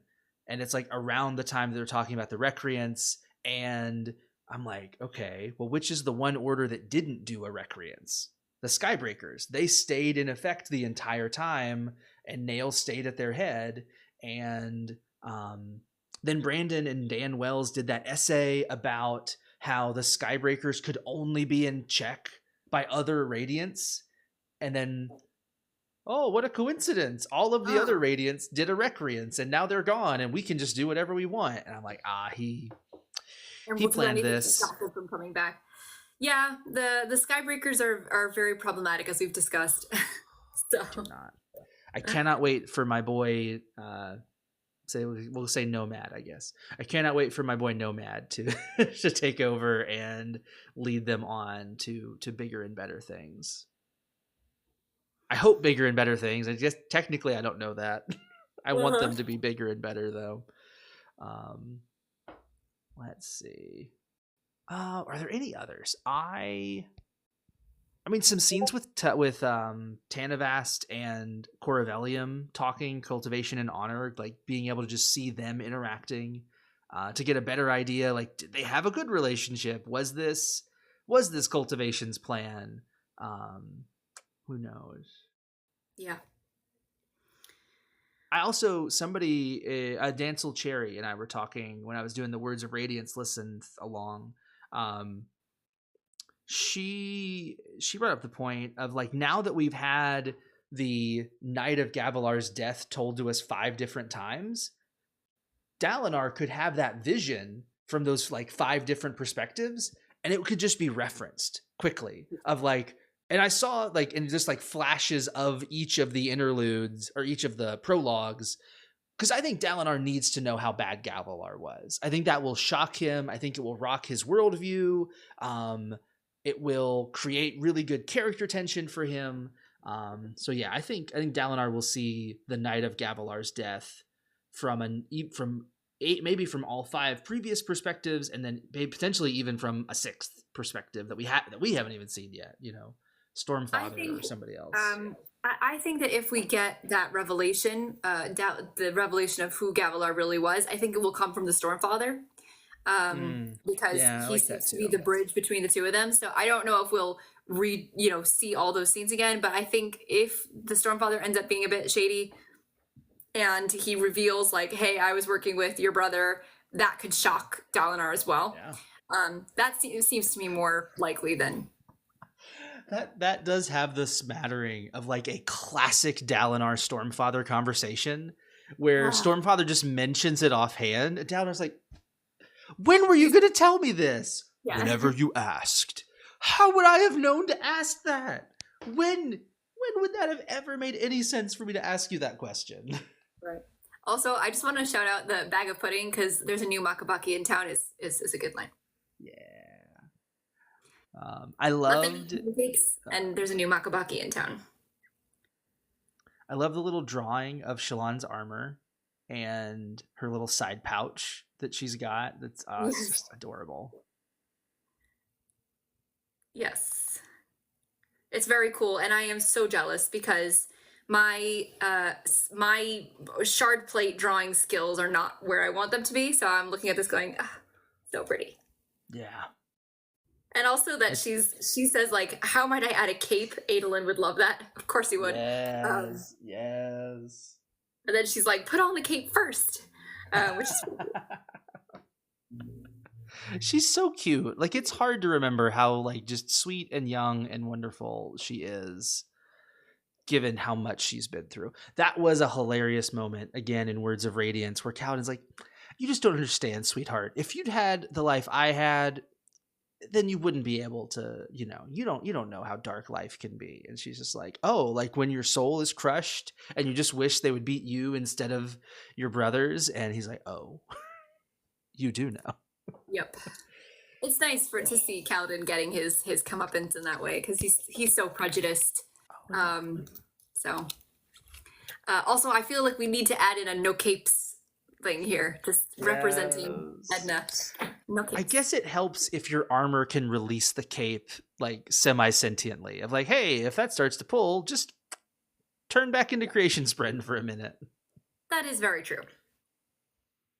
Yes, John, I agree. My favorite part as well is the happy little creation spren just bouncing at the bottom. And I love that Shallan's actually thinking about how on earth the number of spren correlates to her armor.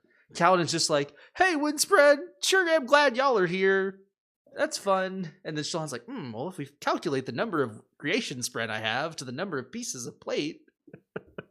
I love that Kaladin is now from the American South. It's funny.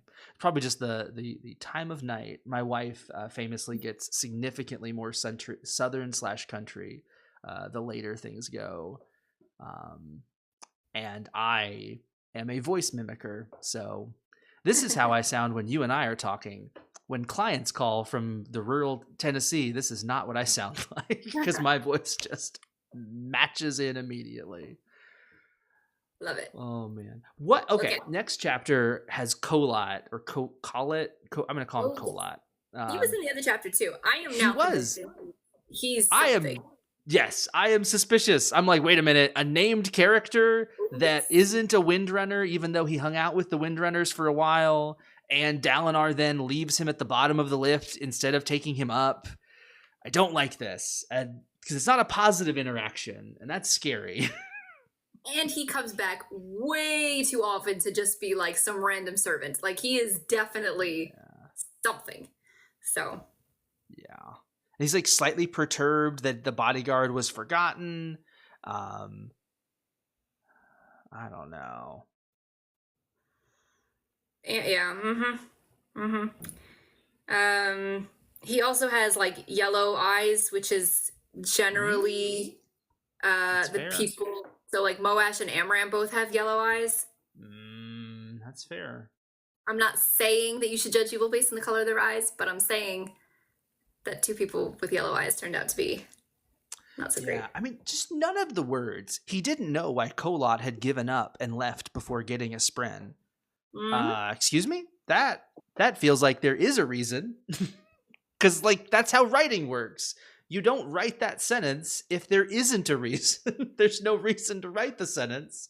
We would just assume there wasn't a reason before that. Yeah, So and the fact that he's come up so many times now in a very short amount of time makes me feel that John S. said he's a ghost blood. Not a bad idea, not a bad take. it is a good guess. I think it's in many ways the most likely guess. Wouldn't I don't I physical descriptions are the worst for me. I'd have to go back and look to see if it matches on to any like Nas or a Khandra or something else like that. But yes, he does seem very suspicious. And this is the Adolin scene. Yeah. So Where he definitely talks to his father and says all the things that need to be said, and no. I'll tell you, I had it like I was thinking about this because I was thinking about we talked about Adolin the last chapter. Mhm.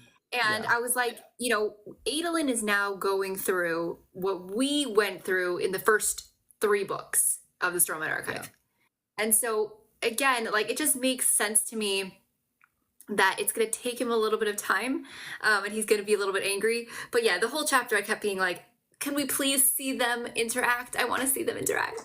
Oh, it was it got so close, too. It was brutal. It's like, just Navani, make him, just somebody say something.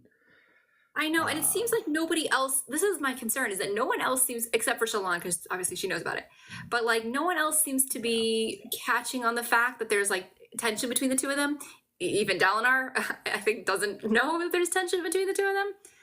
So, yeah. And that's the thing, too. In many ways, he needed Shallan there to back him up, and she doesn't really get that fully, I don't think, because she's like, go tell your dad about how I've been keeping a secret about how I was a member of a secret assassin organization for years, and they're on the way to kill people now. Yeah, come on, Shallan. That's the thing that kills me, is realizing she's been keeping that secret for over a year since the end of Oathbringer. I mean, really since the end of Words of Radiance. But I mean, but Adolin really shouldn't trust her. No, he shouldn't. He should not. No. But she's told him all the truth now. So it's okay. As far Even as though knows. she doesn't, as far as she knows, she's probably still got 1 or 2 things left in the closet still. Very likely. Let's see. We have this little interaction between Yanagon and Adolin, which is pretty sweet. Oh, so adorable. I like how Adolin is still so Alethi, where he's like, he doesn't really understand Yanagon's position. He's like, what is this? Is he a king? Is he a figurehead? Like, what's going on? Yeah. He's just like, it's just not, even like he's like trying to follow Yasna's explanations about checks on power, and it's like completely foreign to him, which is pretty funny. Yeah. Yeah, I still really hope that Yanagon figures out something, whether it's actually asking for the shard blades back, I don't know. It just, there's little references to things he could do. I don't know if you're watching the comments. Evan and Bag of Pudding have a little interesting conversation you might want to respond to. I did see that. I was like, do we want to bring up this again? No, I don't think that Adolin's going to be Odium's champion. I understand the reasons behind it, but I think that this is just good character drama, and not everything has to be. Yeah, I don't think we're setting up for Adolin completely turns on a dime, completely changes his character, abandons everybody. It just doesn't seem like that kind of series or character to me, but. Yes. And also, any motivation that Adolin would have would, I troll Shandel about another scene. That is not it's not quite what I would troll her about. But I would say the problem is if he can't do it to win, because if he wins, now Dalinar is the Blackthorn fused for Odium, like for the rest of time. So like in any world where he would want to oppose Dalinar, he wouldn't also then want Dalinar to become Odium's champion, right? Like it just, the motivations that people talk about don't line up with him then also still wanting Odium to win. Yeah, I mean, you would have to, like, just because just because he's like a little angry at his, or even a lot angry at his father. I don't think that we've never seen Adolin as the type of person who would then abandon everything that he believes in. I mean, he's literally, he's, you know, he's really, he is kind of an embodiment of honor. That was the whole point of Rhythm of War. So I think that if you were going to do that, you need to set that up earlier. Like, you can see Moash turning traitor. If you read Way of Kings and Words of Radiance, the writing is on the wall. You can see it happening in real time. I just don't think that I don't think that's where we're going with Adolin here. I understand why people think that way, but I think that it would be a much more satisfying character arc to see the two of them either work out their differences or they don't work out their differences and they have to come to terms with that as well, right? Like we were talking about, if Dalinar were to die or if he were to become a fuse and Adolin has to live with the knowledge that he never reconciled with his father, you know, that could be really great character drama as well. I think that's more where we're going with this. Or, you know, I want to see them have, I want to see them have a showdown, but I don't want it to be, I don't think it's going to be, you know, Adolin completely abandons everybody and goes to Odium. He could just say, I'm done. I don't want, you know, and set up like a rival court to his father or just dissociate from his father for a while, but I don't see him like completely abandoning the cause. Yeah, I agree. I think at minimum we're going to get a tear-jerking. I think we'll get some kind of conversation between Dalinar and Adolin, because that just feels like the arc that Brandon is writing us towards. I mean, you don't write an arc where nobody is ever willing to talk to the other person unless you're going to then do one of two things: give us the catharsis of the conversation, because we'll all cry and we'll be like, "Oh, I love you, Dalinar. I love you, Adolin. It's so wonderful." Or you do an Elokar and you kill them, one of them, or both of them, before they can have it, and then you have that sadness of like, "Oh, what could have been." Or even, you know, a heartfelt hug in the cognitive realm as they pass into the beyond, and they're like, "We never understood each other in life, but we can move on together," or something. I would like to see Dalinar apologize to Adolin. I've talked about this ad nauseum, I think, but people are really hard on Lirin for good reason, but I don't think people are as hard on Dalinar for being a terrible parent. And forget all of the stuff that happened in Adolin's childhood. To release a memoir in which you admit to killing your wife and not to tell your kids about it beforehand is not good parenting at the very, very least. Who can't even read it. So like, they can't even read it firsthand. They're going to have to hear from women who have read it to tell them, "Hey, have you heard what your dad did?" And they're like, "What are you talking about?" They're like, "Oh, it's in this book that he wrote." It's like, wait a minute, he wrote a book? What? God. And I mean, think about like from Adolin's perspective, like he has lived his entire life believing that his mother was murdered by the townspeople. And this was like, he, you know, you can see even in Oathbringer, when he talks about it to Kaladin, it is like, he has not gotten over this. It's not, you know, he says like, I can't talk about it, or my father couldn't talk. He's really not okay with it. And then to find out that it wasn't the townspeople, it was your father, would be devastating. I don't know how you come back after that. And he's right now just kind of going through the process of grieving for his mother and for the loss of who he thought his father was. So I think it's a really, you know, I think it's a really natural human character arc. I hope that we get some sort of like the two of them working something out. And I want Dalinar to listen to him and not be patronizing like he was in Rhythm of War. I'm sorry.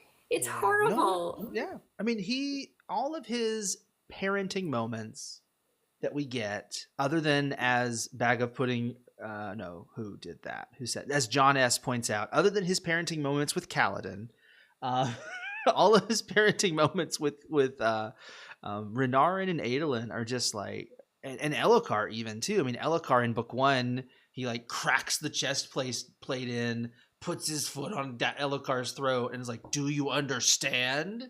And Elokar's like, "No, I don't understand. Why are you trying to?" He's like, "I could kill you anytime I wanted." It's like, that's not healthy. Don't do that. Tough love. I mean, there is a little bit of Elokar that really did need to understand what everybody else at court knew. if Dalinar wanted you dead, you'd just be dead. Like Blackthorn would not worry at all about this. Right. But also, like, Adolin has been a wonderful son. Like, he did everything right. Yes. And so this must feel like, he's, and again, like, Dalinar, we never see Dalinar apologize. Like, he just sort of says, well, someday you may be honorable too and get a spread. And Adolin's like, Bag of Pudding's like, imagine Dalinar pointing to the end and be like, but did you read the ending? I've grown, son. Yeah, exactly. It's the next step that matters. Yeah. And Adolin's like, cool, I will let you know when I get my mother back. Yeah. I mean, I think people always talk about like Shallan and Kaladin having these very traumatic pasts, and they do. But to be honest, like, Kaladin by far has the most idyllic childhood of the three of them. Oh, yeah. I think that people 100%. don't really, I think people don't really realize how difficult, because Adolin grew up with a lot of money and power, but that doesn't always solve problems. He still had a very, he had no relationship with his father whatsoever until he was a certain age. He lost his mother at a very young age. He lost his uncle. He had to watch it. This is something that's mentioned in the chapter where he's remembering Elhokar lying there dead, and it's still traumatic for him. So, You just called him Uncle Elhokar, and that his cousin. No, I said his uncle. No, I said his uncle and Elhokar. Oh, okay. Yes. I was like, Uncle Elhokar. That's not right. That can't be the correct order. That sounds like a villain, Uncle Elhokar. He does have father uncle though, right? Is that did I do that genealogy correctly? He has father uncle? No, who ended up? It's because Elhokar has a father uncle because Dalinar marries his mother. Yes, there you go. I was like, I know there's something weird, because I was talking with somebody and they were like, oh yeah, actually I have a grandfather who's like a father uncle to their person, because like spouses died and they just like, it was literally a Dalinar Navani type thing. And that's the other thing, like for Vorinism to be so against it, it's like there are plenty of cultures where that is the correct thing to do. It is dishonorable to not marry the widow of a spouse. I've done a whole video about like Jewish references in the Cosmere. That is one of them. It's explicit, like right out, because there's actually, if it doesn't really apply here, just to go into like very obscure Jewish law for a second, it wouldn't apply because Navani has children, but theoretically if a man dies and he doesn't have children, then his brother is obligated to marry his widow. Not something that's done today, but it's that, and he specifically calls that out in the text where he says, in some cultures, we would be obligated to get married. And so that's what he's talking about there. Yeah. I love that. Let's see. Also, I just wanted to mention that we were talking about, like, I think Evan Stormbless says he never got a chance to mourn Elhokar properly, and a couple other people were talking about that. I think someone once pointed out to me that when Elhokar dies, the thing going through Adolin's mind is grieve later, and that's sort of a coping mechanism for somebody who has had to grieve later, that they push off those feelings. And so it's sort of like an inside look at Adolin's psyche at that moment, which is heartbreaking. Deny, push. I mean, his father's, literally his father's mechanism was grieve later, right? Goes to Night Watcher, get cultivation, ends up mind wiping him, which wasn't what he asked for explicitly, but that's what he got. And well, Dalinar didn't so much as get grieve later as grieve never. It was more. I think there was an intentional unwinding clause, like it'll start to if you do X, Y, and Z. Yeah. Well, we'll see. Enrique pointed out Adolin and Elend shaking hands, losing most of their close relatives. The difference is that Elend doesn't mind because his close relatives are all terrible. So, he's like, he makes jokes about it with Vin. He's like, good thing I don't have any more relatives for you to kill. So. Yes. Is that where the hat trick joke comes in? Yeah, the homicidal hat trick. Yeah. Mm-hmm. Adolin has a mom aunt. Bag of Pudding points out that one makes sense. Let's see. I don't think he ever sees. I don't think Elhokar. Well, I guess Elhokar maybe sees Dalinar as like a surrogate father anyway. I don't know if Adolin really sees Navani as a mother. Because I think that he, again, because of the way that he lost his mother, I think that he's still, I don't think he's fully gotten over that. Oh, sure. I think he loves Navani, and I think he sees her as maybe a mothering figure. And certainly Shallan does. I don't know if Adolin does. Yeah, that makes a ton of sense. There was a very interesting, and I used it as like the promo thing for today. I just watch for like weird turns of phrase that Brandon uses. When Navani accepts Shallan after the chasm escape, and she goes up and she's trying to help him. I think it's Dalinar thinks to himself, Chana, help the woman or the person who gets in the way of Navani mothering Shallan. And I'm like, Shanarok, help the person who. It's like, why are you bringing Shanarok up, Brandon? Why are we talking about Shanarok in the middle of mothering discussions about Shallan? Because I feel like Navani invokes Chanarach a lot. Does she? Or is that the only time it's referenced? That phrase stood out, and it's in Dalinar's head. It's not Navani thinking it. It's Dalinar thinking, Chana, help the person who gets in between or whatever. Let's see if that phrase gets used. Yeah, it's the only time in Words of Radiance that expression gets used is in connection with. I'm just saying, like, it's one of those things where if it's not, oh man, Brandon, you have a lot of like breadcrumbs leading us there. I keep saying this. I'm like, this is the theory that we as a fandom have collectively decided is true. And if it's not true, then it is Brandon trolling us so hard. Yes. So. Oh goodness. Yeah, I agree. That's not the confirmation for me, but it just every little layer that gets added on. The fact that we get almost no description of her, that just we're left with, well, she had red hair. It's like, well, not many people have red hair. It's pretty specific, the groups of folks that have it. Yep. Oh, the timeline thing. Yeah, Bag of Pudding. When you look at Josh's timeline that he created, that it fits perfectly. A herald dies the night of Gavilar's death. Shallan's mom died. Like, that window of time is perfect. And we know that he has, like, if it was an average author, the timeline thing would be irrelevant. I would say, look, George R. R. Martin doesn't remember how big the wall is. He doesn't know how far places are apart. He's going to write it to where, like, this guy starts traveling this way, or, they need this much food. Like, none of the logistics are taken into account. Brandon has a Karen that is like actually paying attention to all this with a spreadsheet, with a huge Google Doc, or their version of a Google Doc.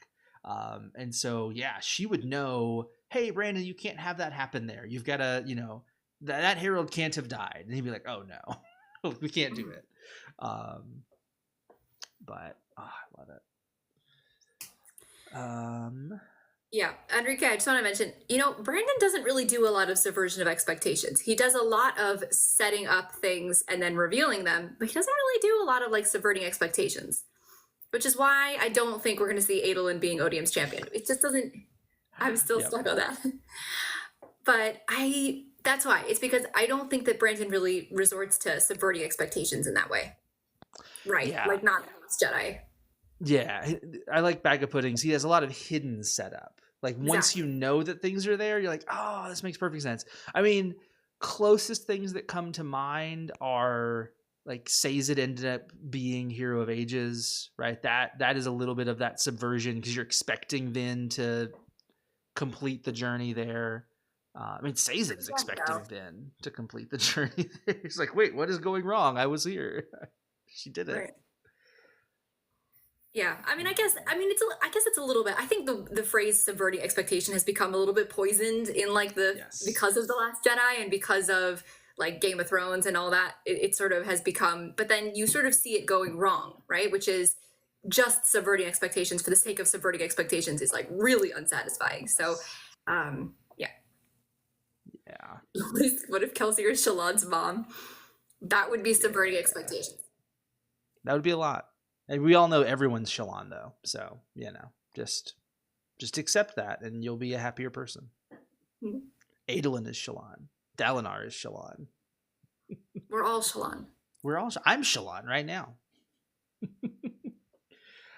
Oh man.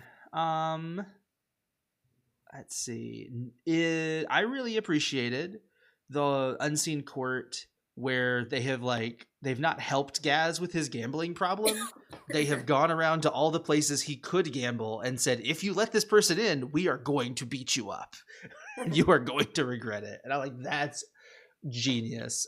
Everybody with addiction needs friends like that who can go around and threaten your supplier.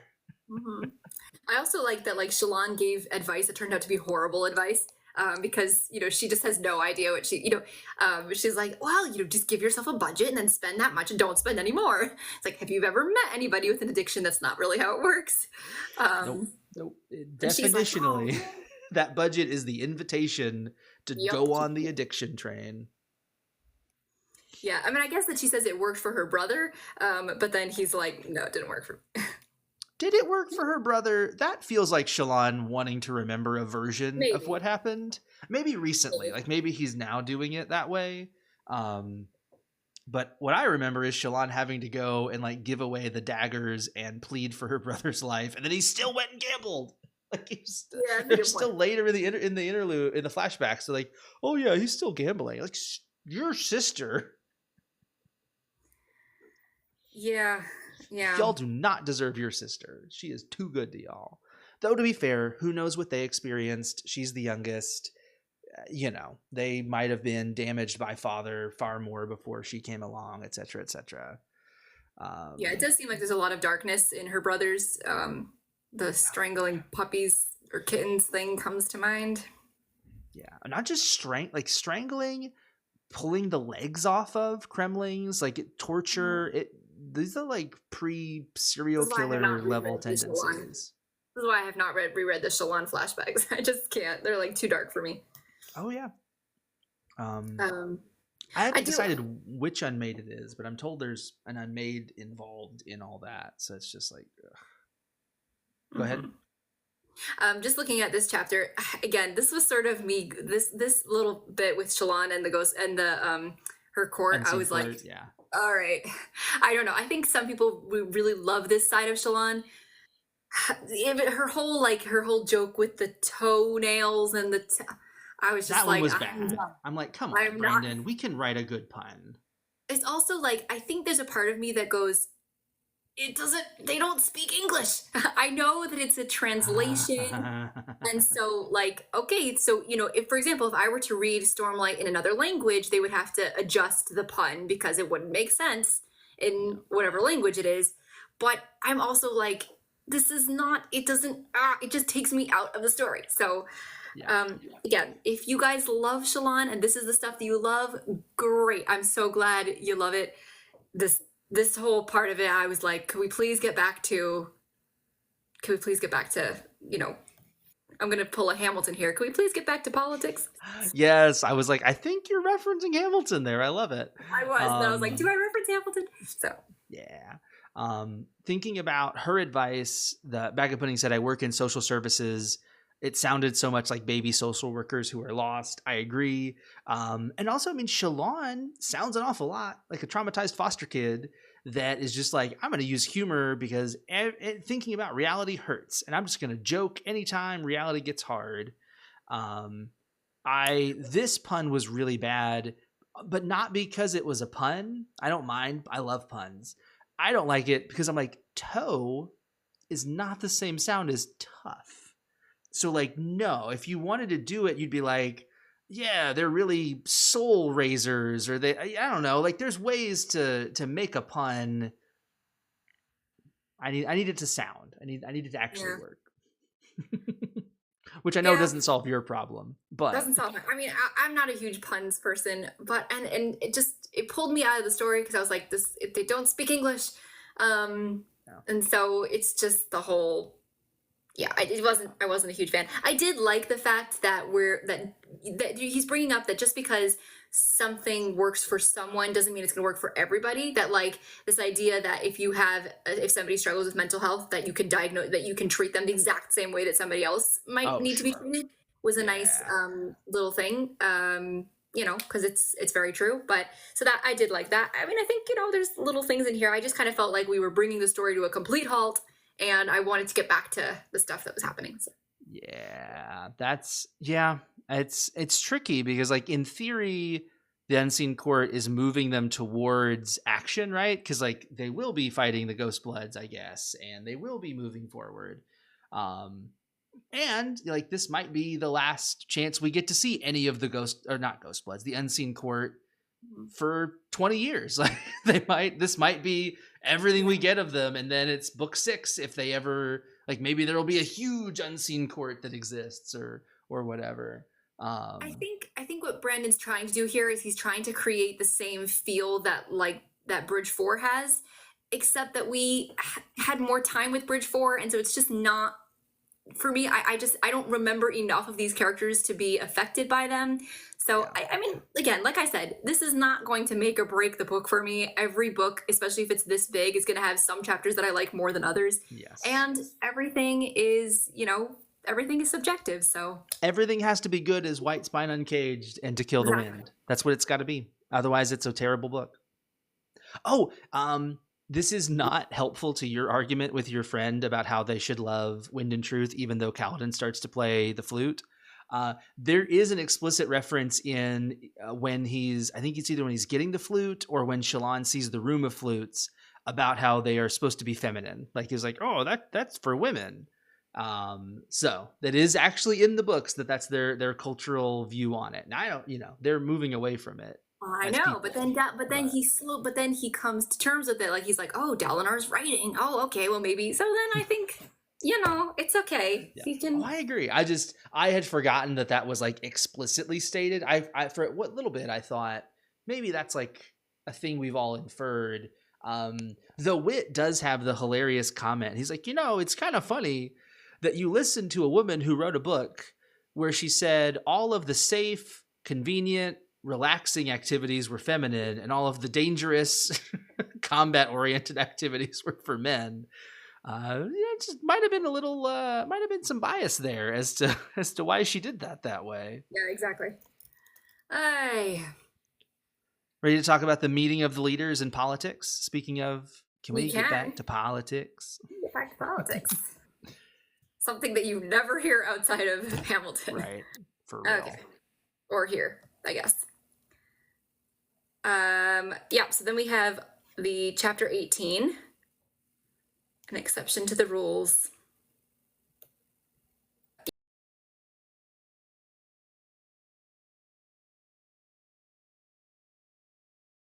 Yeah, so then we have the chapter 18, an exception to the rules. I keep trying to maybe if I do this, but I keep trying to jump to a different window to look at the chapter, and that has been the consistent problem. Like it does not like me doing that. So I'm gonna try just doing like a multi-window approach and see if that works.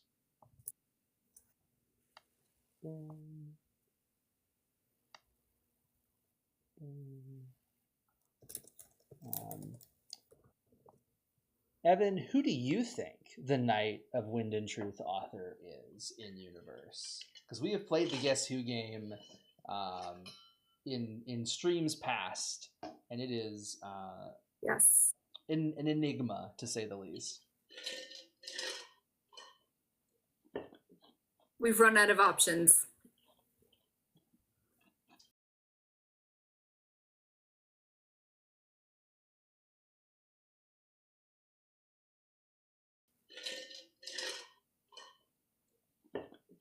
We've run out of options.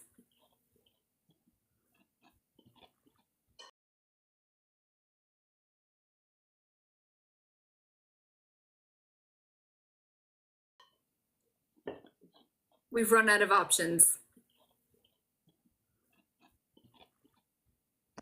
Evan, I like your answer. My big concern with Sigil is that it's supposed to be a person who doesn't know the nature of the quest.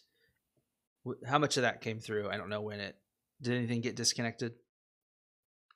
Yeah, most of it came through. Most of it came. The audio Okay. came through. Cool. Yeah, I mean, Sigil seems to know about the quest. Now, if Brandon gets pedantic about what it means to know about the quest, maybe. But it seems like he's going to be fairly straightforward with what that means and not just troll us in that way. I like the idea of a singer/listener. I think there's a good argument that Venli would be a great candidate to write it. Leshwi perhaps would be a great candidate to write it. There's people who are completely removed from the plot, and so would have no idea about this quest going on. Mm-hmm. Yeah, we get my favorite Adolin quote. No, after how they'd parted, they do the proper thing. Ignore it and let it fester. Mm-hmm. Yep. The very Alethi thing to do. Yes. Yes, it is. Which again, I think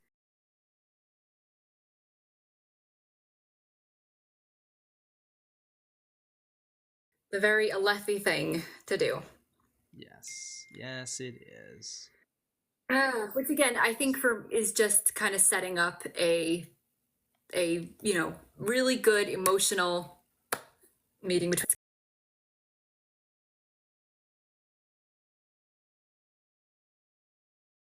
Kind of setting up a really good emotional meeting between the two of them.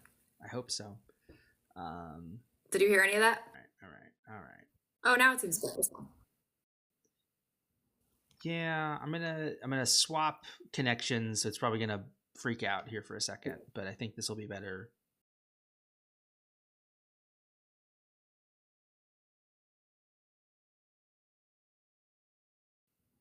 Yeah, I'm gonna swap connections. So it's probably gonna freak out here for a second, but I think this will be better. All right, can you hear me okay? Yeah. Perfect. Let's see. Odium is messing with my connection. For real. I don't understand it. I'm in like the ground floor. The Wi-Fi's right over there in the other room, so it's not like I'm like super far removed, and it just so angry. Yeah, I think we're talking about Adolin and his like, yeah, we'll just let it fester, and Yanagon saving Dalinar's butt, which I loved. I didn't love Adolin like waiting for Dalinar to get his comeuppance. That was like, come on, man, can you like help out right now? As opposed to this whole scene is kind of like Adolin's running commentary throughout the scene is pretty funny. Where he's like, this is what you deserve, and like you always barrel forward, you're just doing whatever you want, consequences be damned. Like, he's just his running commentary. I mean, it's not funny at all, like, and again, he just says, like you did years ago, killing my mother, you never bothered to tell me. Legitimate point, Adolin, I would be mad too. Yeah, this is a completely different scene if it's from anybody else's point of view. From Adolin, it is so much more snarky and so much more just intense. Yeah. But also, I think again, it reveals that like Adolin is not like, again, because he's still invested in what's going on. He still wants them to win. He's just got some he's just kind of mad at his father for very legitimate reasons. Yeah. So yes, very legitimate. This is also where we get the revelation for the rest of the in-world characters that Race is not around anymore. So finally, and also like everybody's freaking out that Hoyd is acting normal. Yes. Yes, I mean, the loophole. I don't know if anybody else saw this particular loophole coming. When I put my lawyer hatting on, I don't know Alethi law, so I didn't have the idea that the capitals would be the key. But this was not the loophole I was expecting at all when I came into this book. Caught me completely off guard. One of my favorite theories to come out of it is they're like, well, wait, couldn't the Azish just like draw up a contract and say our capital is now Urithiru and sign it? And it's like, oh, you got to capture Urithiru if you want to capture the capital of Azir. Which then led immediately to, is that the solution? Does the free world just say our capitals are Urithiru now? And they like all do actually unite under King Dalinar? And it's like, well, Odium, you couldn't conquer your... And it's the inverse of Taravangian's plan of only saving Kharbranth. It's the opposite. By saving Urithiru, you save the whole planet. Like, it's literally what Taravangian wanted. Oh, I'm now obsessed. I love that. That would be really cool. I don't know if it's going to happen, but that would be really cool. Right? Like, it is a solution. Yeah. Yep. I mean, what do we think about the loophole? How do we feel about the loophole? I mean, I think there's some logic to it. It certainly was not what seemed intended to me. You know, you keep the land that you hold. That seems very much like, oh yeah, we meant the land that you hold. Like, you push the boundaries in. But if you play by capture the flag rules and you it's like, well, you've captured the capital, you now hold the kingdom. I mean, I guess that's the key. That's how it works in every other situation, Yeah, like if you're fighting, and that feels very Alethi, right? Like, if I capture your capital, you have to yield to me. We're not going to keep fighting over it. And we move on. I think that's how it works in general. Like, I think when countries are fighting, if you capture the capital, that's the end game, right? That's the seat of government. So, I guess, I don't know. Yeah, I'm not sure. So then it seems like it will be obvious, but I don't know. Yeah, I don't mind the loophole in concept. We have a lot of comments. Do you have a thought before I start reading those? No, let's go to comments. Cool. So, okay. The Thing says, everyone I talked to hated the loophole. I haven't heard any negatives about the loophole yet. I'm kind of neutral to it. It makes sense there would be one. I think it's clever to exploit the Alethi interpretation of how war works. And I really, really hope that somebody comes up with a way to inverse the loophole and be like, wait, well, what if our capitals change? Or what if we like redraft the country or whatever? John says, so do they all know Terra is dead? And Zeth killed him. Taravangian. Oh, okay. Like, I was thinking Kaladin's love interest Terra, and I'm like, that would be really dark, and I don't like that. I don't want Zeth to have killed Terra. Jason says, I love that we got a Tamu Kek on screen. Shandel, do you know what a Tamu Kek is? I do not. I was just thinking, I was like, I don't know if this is just my brain on vacation. I don't remember what this is. It is a thing that Brandon has talked about relatively recently. It's a thing from Dragonsteel Prime. It is a bone-like thing that allows you to talk to a dragon directly, like an old shamanic like talisman or something. Got it. Got it. Hoyt is using one to talk to what I assume is Frost's sister, but what did I say?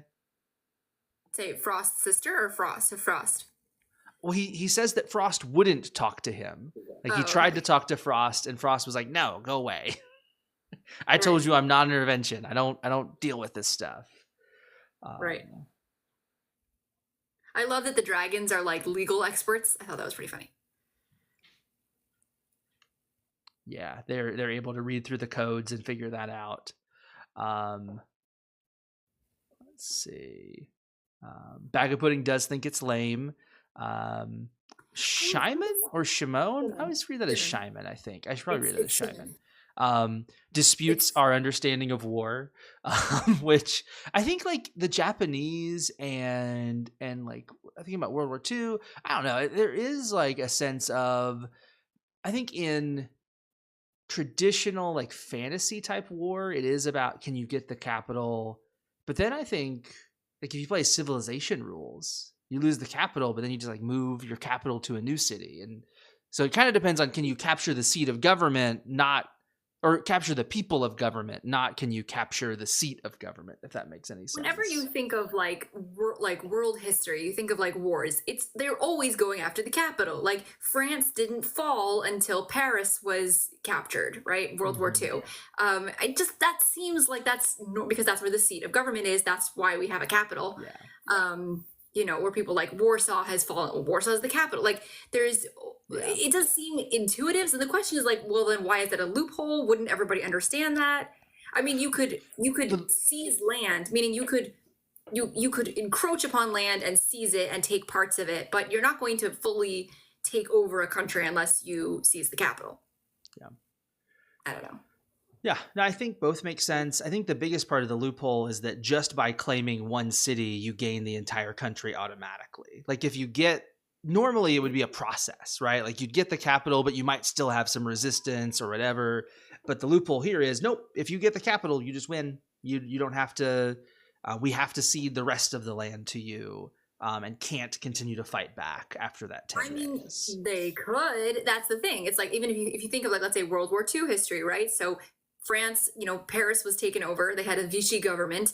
There were like Charles de Gaulle and the resistance. There were people fighting back, but for all intents and purposes, France was, under German control. Yeah. So, and that was only once the capital was captured. So I don't know if like, yeah, I mean, I think that is. If the capital is taken over, you have a new government, then that's the end. I mean, you can take over parts of the country, but.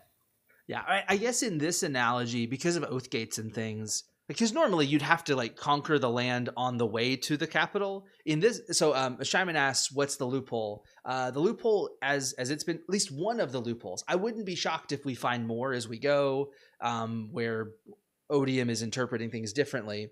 But the loophole is rather than whatever land you conquer, you get to keep.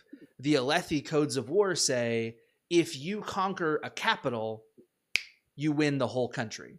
And so if you have Alethkar, you have all, or if you have Kholinar, you have all of Alethkar automatically. And so they don't have to conquer every little city or push their army in. If they just jump to whatever your capital city is, which most of them are sitting on top of oath gates. And so, we have the Narak oath gate that's about to be conquered. You've got Azir that's in danger, and you got Thalen City in danger. And if they can get those capitals, they get most of the free world.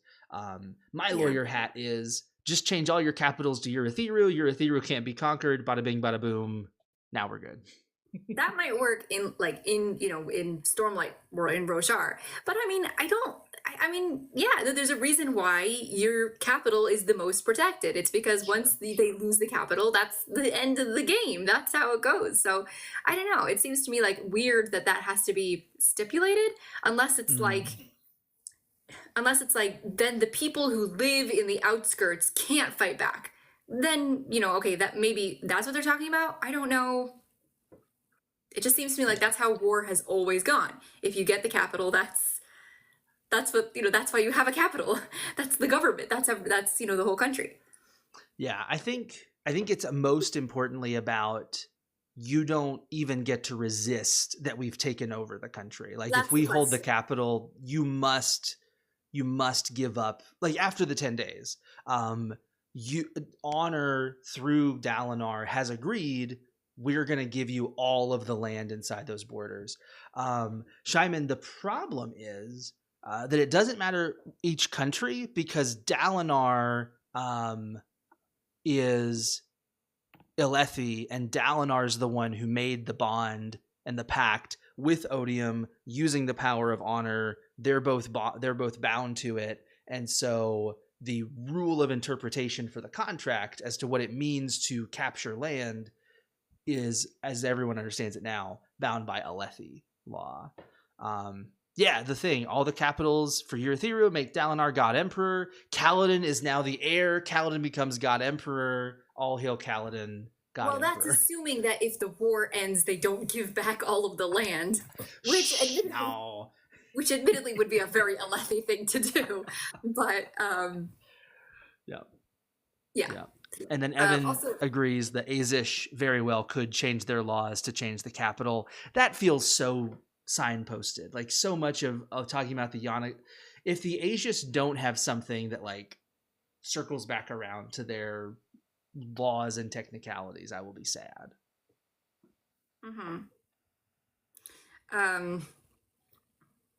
Yeah, I don't know. So it is kind of like a weird. Maybe it's just that's not how wars were. I guess, especially if you're thinking of it from like a warlord perspective, like you think about much older conflicts where it was all about territory and less about government. Yeah. So then it was just seize as much land as you can from the surrounding territories. So maybe that's what I don't know, but it is kind of weird. Like I think in a modern sense, you think of the government, the capital being the seat of government. You take over the government, you take over the country. So I'm wondering if it isn't like an ancient, because the Alethula kingdom was supposed to maintain the art of war. We know the high princes were always jostling for power post hierocracy and all that. It wouldn't shock me for them to have codes of war that were set up to say, hey, once the high prince captures your capital thing, like we're not going to keep fighting over it. They've won, they've asserted dominance, yield the day, move on. Like now that I say that out loud, it has a very war games feel, like a very capture the flag feel that's designed to limit human suffering. We're not going to bicker and fight over like the land around the capital. If I capture the capital, you're going to yield it. We'll move on and we'll keep learning the art of war so that when the Voidbringers come back, we can deal with it. So to your question, Shyman, I would say, I'm guessing the Alethi codes of war are really just for when Alethi fight Alethi, which happens way too much. They fight each other so often, and it's really sad. But that could be it also. Like they're used to like territory battles. They're not used to grand sweeping, wars necessarily in the way that we would think of it. I think that's very true. So maybe that's. I think just like for us, we're like, why is this a loophole? Like this seems obvious. So maybe that's the case. We also get this like little thing from Adolin where he says like, Storm's Adolin thought, acknowledging the bitterness lacing his thoughts. I'm really, really letting this go too far. That's a good healthy sign. That's like a big green flag for Adolin, I will say. Also, the line before it is, Adolin's father was standing because, of course, he'd forgotten to bring his chair, despite the grand philosophies he espoused. Dalinar is always an exception to the rules. It's just like he could, it's kind of funny. Yeah, it is. I mean, it's sad, but it's kind of funny. Oh yeah, I mean, it's beautiful that Dalinar, he's like, I've got this rule, and he's usually pretty good about following his own rules. But he gets hit a lot early on in Way of Kings and Words of Radiance of like, look, man, you keep saying that you're not king, but you're acting like you're king. Like, come on. Yeah, he's sort of like trying to fit into Yasna's new world, but he just, he hasn't fully figured out how to do that, and so he keeps falling back into, old habits, I guess. Yeah. Hopefully he won't be burning any cities. Let's hope so.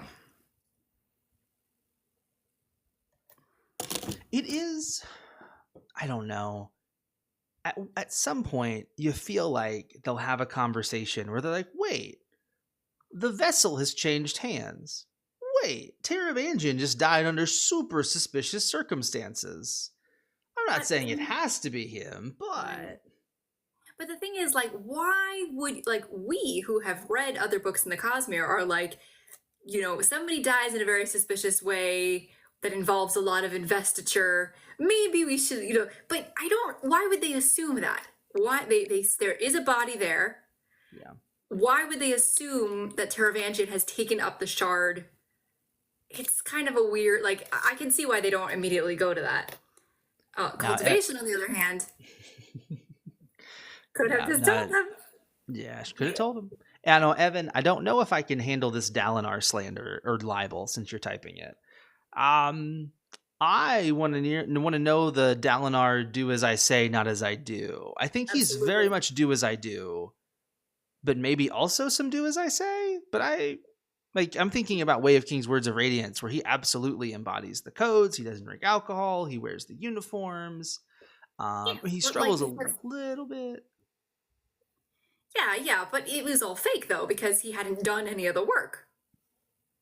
So it's like, Sure. you know, Yeah. It wasn't complete. Wait, he had read the books. He'd followed the codes. I guess again it goes back to like he sort of has Adolin. He's like, you must follow these codes when he wasn't following them when he was Adolin's age. So he's just a little. Sure. He was a little hypocritical. Yeah. Sometimes a hypocrite is just a man in the process of changing. That's just all Adolin needs to say. That's the thing. He needs to, learn that. Yeah. Now, in the bag of pudding, I'll acknowledge that's fair. The codes do seem like a shortcut to absolution. His brother told him to follow the codes. Now we find out later that was a manipulation to get him drunk and to get him to not follow the codes that night, which is just evil. But yeah, he definitely leans upon them as, I don't know what to do. Very Skybreaker-esque. Like, I don't know what's right, but I know these codes were important to my brother, and I failed my brother. Let's go. That was a beautiful moment in Words of Radiance when Dalinar fights Zeth, and he's like, oh, I would have lost then. Awesome. Like, it is actually good actively that I was drunk that night, because I would have just been killed if I'd tried to fight this monster. Yeah. And that's Dalinar letting go of the grief and the guilt that he feels over his brother's death. That's what we need with Adolin. He's just got to get there. Now, immediately to countermand that, Gavilar almost did it. I bet if you'd had Sadeas, Gavilar, and Dalinar fighting Zeth all at once, I bet they could have done it. There was a lot of power there. Maybe. Zeth was close. He had to heal with Stormlight after he'd fallen down. So that's true. Maybe. We'll never know. Nope. Maybe Sadeas would have gotten his head chopped off much earlier. It would have been great. That's a great what if. Sadeas dies. That, instead of running back immediately, Zeth kills the guy in the robe just to be sure, and then goes in back and kills the guy in the shard plate. All right. Let's see if we can finish this up. Yeah, killed 10. We have Shallan remembering killed 10, killed her father. Worrying about all the people she's killed.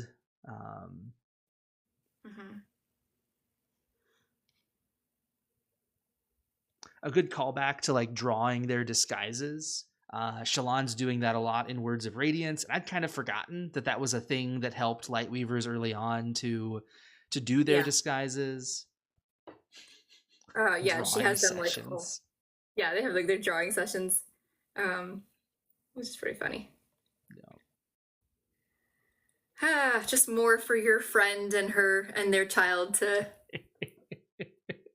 Yeah, just that one. It feels like you would just read past it, right? If you're just if you're an 11-year-old, you're not gonna be wait, an anatomy practice? What does that mean? Yeah, I think just yeah. It's pretty funny though. Also, we get this weird. This is the first time I can remember someone's diction in the story. This guy who keeps saying "oi" instead of "I," and I was is this bringing me out of the story because they don't speak English? So it feels weird to me. I get what Brandon is doing here, but also I'm my brain. Yeah. Well, then you get back to things like even characterizations. The Herdazians are supposed to be Hispanic. I've read the Words of Brandon where he's oh yeah, I totally wrote them as Hispanic coded, and that doesn't mean they can't be like Right. pseudo Australian, but He- in accent. But it's more the way that you can tell that they're like Hispanic inspired is more in the cadence of his speech. Like he's not, or like he says like gancho, which sounds kind of Spanish-y. It's not, by changing the way they don't say I yeah, in Roshar. They wouldn't refer to themselves as I because that wouldn't be a Lethe. So just to me, I was like, I know it, Shimon. I know that it's translated, and so I'm not like saying, "Oh, it's a mistake here." I think just like in my brain, I'm always like, "But why?" Like it's it's unnecessary. it gets very tricky trying It's not as to bad play as the around with that. puns. Yeah, it's not as bad as the puns. The puns to me just it really pulls me out. But this I was just kind of like, oh, okay. I think this is the first time we've seen this, and it was pulling me out a little bit. Yeah, reading like the oi, and I was like, wait, I don't know, where are we? Like in London or something? Yeah, it'll probably be fine. I haven't listened to these chapters. I've just been reading them physically. Yes, it is super annoying to read. I bet it'll perform fine on the audiobook. Yeah, that's probably Yo, true. I think I could use some help. Exactly, but now you're like Dick Van Dyke in Mary Poppins or something. Also, You're not wrong. I wanted to call out because John S says that gancho is an actual word in Spanish. So as I do not speak Spanish, so I'm glad that you pointed that out. I don't know if Brandon did that on purpose, but if he did, then there you go. That it would be strange to me if he did, because he doesn't seem to have done that with any other cultures that he is representing. Yeah, it's interesting.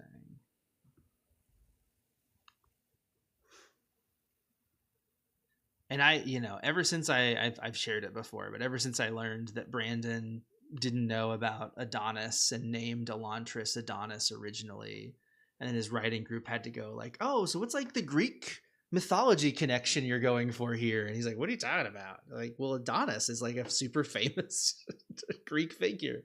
Oh, it is? Oh, okay. I guess I should change that. I mean, like that happened, but that can happen all the time. Like there are so many, there are a lot, like I noticed like the Hebrew ones, but there are so many like random Hebrew names that I'm like, I know that like the way that Chana is spelled, Chana is a very common, Jewish name, or like Bela is my sister's name, like to Bela. But those are like, how would you know that? Those are just sort of a consequence of putting sounds together. So I feel like that happens all the time. Adonis is a bad one. That one's pretty bad.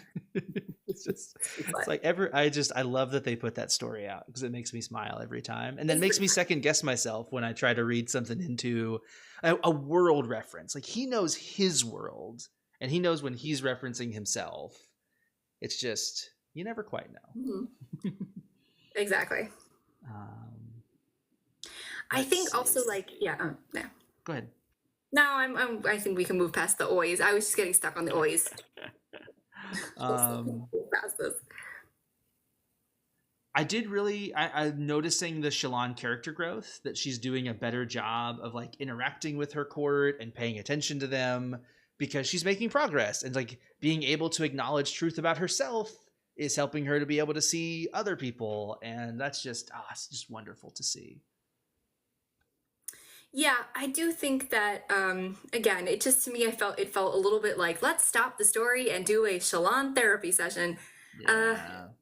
All right, again for the I think maybe if it was Kaladin would I mind it as much? I don't know, because I enjoy Kaladin stuff more than Shallan. Right? Did you like the Kaladin the Kaladin librarian scene, right? It's kind of the similar, let me just tell you what you should do. And the therapy part of that scene is what I'm talking about. Kaladin's part. Almost the entire live stream without bringing up that infernal scene.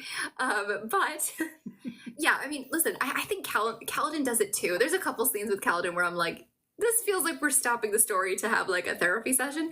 Yes, but so I don't know, like it could be, I think maybe if there are some like diehard Shallan fans out there, these are like their favorite scenes. I would love to hear it if that's the case. For me, this just felt a lot more, I was like, okay. Let's see. Also, Cosmere Jess says, I speak Dutch, so I am amused by accidental Dutch. For example, like Lopen and Tien. Yeah, that's the same thing that kind of happens to me. Yeah, it's just the nature of language too, where there's so many languages. If you start mixing and matching sounds together, Mm-hmm. yeah. Shimon's figuring out that I'm Jewish in the chat. Is that the that is a better pronunciation, I'm guessing, than my That's okay. It's the Hebrew version of like Simeon. That makes sense. That makes sense. I have a terrible problem of like, I think I'm from Cell. I overpronounce my vowels. Like if I have the opportunity to put a hard vowel sound on something, I will do it every time. Bag of Pudding says, I'm still not convinced that L is accidental. The fused dude who had the epigraphs at the end of the last book, and we still haven't seen anything from in this book. What is he up to? Does he mean that it's not accidental in that like L meaning like the name of God, or does he mean like what does he mean by it being accidental? Because that's like, yeah, I think he's saying yeah, that I'm not convinced L is accidental. So I think he's saying it's an intentional reference to like divinity or God or like I mean there's many of that, like depending on how you do it. I agree. It seems really weird to have such an important figure and there not be any connection. Seems like you'd name him very carefully. It would be funny considering that Adonalsium is referencing another name of God, so it would be like Right. two of the same from the same tradition would be kind of funny, but could be. Yeah. It could also just be like these are two sounds that go together that a lot of people may know. I don't know. So someone will have to ask Brandon that. It's weird. It's like it's a very L is a very non-singer name. Also, I haven't really stopped to ponder on that, but like Raboniel, Leshwi, Venli, Rilane, like there's just very few single I don't know of any. Abadi, the very sane person that drinks the blood of radiance. Someday I'm going to get vindicated on that. It's going to come back around. It is the L is a suffix that would be the same, like Raboniel. It's a very because the singer languages, the fused languages is based on Hebrew, so it is it does fit. But you're right, we haven't seen any of the singers with like one syllable names. So yeah, but it does fit like phonetically, I would say. Yeah. You know, now I'm pondering because mention of rock there, like I'm because even their names like Nuhumaki Aki Ayalunamor, like that's a very musical, rhythmic. Yeah, I had a terrible rock cosplay at DragonCon when Brandon was there, but because of that, I spent like a good ridiculous amount of time reading the name, listening to the name, and like going in over and over with it. But and because we know that they are descended from singer human unions, I'm wondering if like they're even maybe an offshoot of the listeners or some group that left early enough. That's certainly happier than the like post Parshman problem. I don't think I knew that. I don't think that I knew that they were descendants of both human and singers. Where did we learn that? I mean, Brandon has said it, and it, I want to say Rock maybe acknowledges Relaina's cousin at some point, but it's like where the red hair comes from is the red hair. The Herdazians also have singer blood because they have the fingernails of crystal, like rock fingernails, and the horn eaters are able to eat horns and shells because they have harder teeth, because they are physiologically a little bit different than a pure human. I don't think I ever picked up on that. Also, like when I said people that had one syllable names, I was referring to the singers. Yes, I agree. Same here. So. Ow. Also infuriating. V's version of this might be better. But if you try to search Cal, like just references to him as his nickname in the ebook, it shows you all of the Kaladins. And I'm infuriated that there's no way to like just search Cal. Yeah, that makes sense. It does. It's just like, this would be such a nice, easy feature to just be like, oh, you put a space. That means we're going to search for Cal. I did that. But Kindle's search is garbage. And so even if you put a space, if you put quotation marks around it, even if you put a period after it, I went Cal period. Because like, oh, well, maybe that'll be like the end of a sentence or something somewhere. Nope. Kaladin whole way through. I was like, so V has created an EPUB that has like the entire books as one document. So I'm hoping, maybe the exclamation point or question mark, that might get it. But so far, no matter what I do, it's like, Kaladin, would you like to see search results for Kaladin? And I'm like, no, I would not. Because somebody pointed out in Oathbringer, Adolin calls Kaladin Cal. And they were like, when did he start doing that? When did that happen? Yeah, he calls him that in Rhythm of War too. Yeah, so it must have started somewhere in Oathbringer. I can confirm, even if you add a question mark or an exclamation point, Kindle is still like the whole word, maybe? It's just like, no. And there are people named Kalyani that appear in this book a lot. So you have to like, it's just like, it's infuriating. I think that's everything that I found interesting of note. I don't think I think it's funny. We didn't mention it, but I love that Shallan is going back to the Shattered Plains. That just feels very thematic that she started out there as the prey and now she's going back there to hunt. That's really cool. Yep. So I don't think how did you feel about these chapters? Yeah, I agree. I really, really liked getting into the cultivation conversation. That was fascinating. That was just one of those moments where the whole Cosmere kind of opens up and you're like, okay, what's going on? We're going to go after honor. I mean, that was like, it's one of those things where you expect it might happen, but you're not expecting somebody to talk about it this early and for the plan to be formed. I thought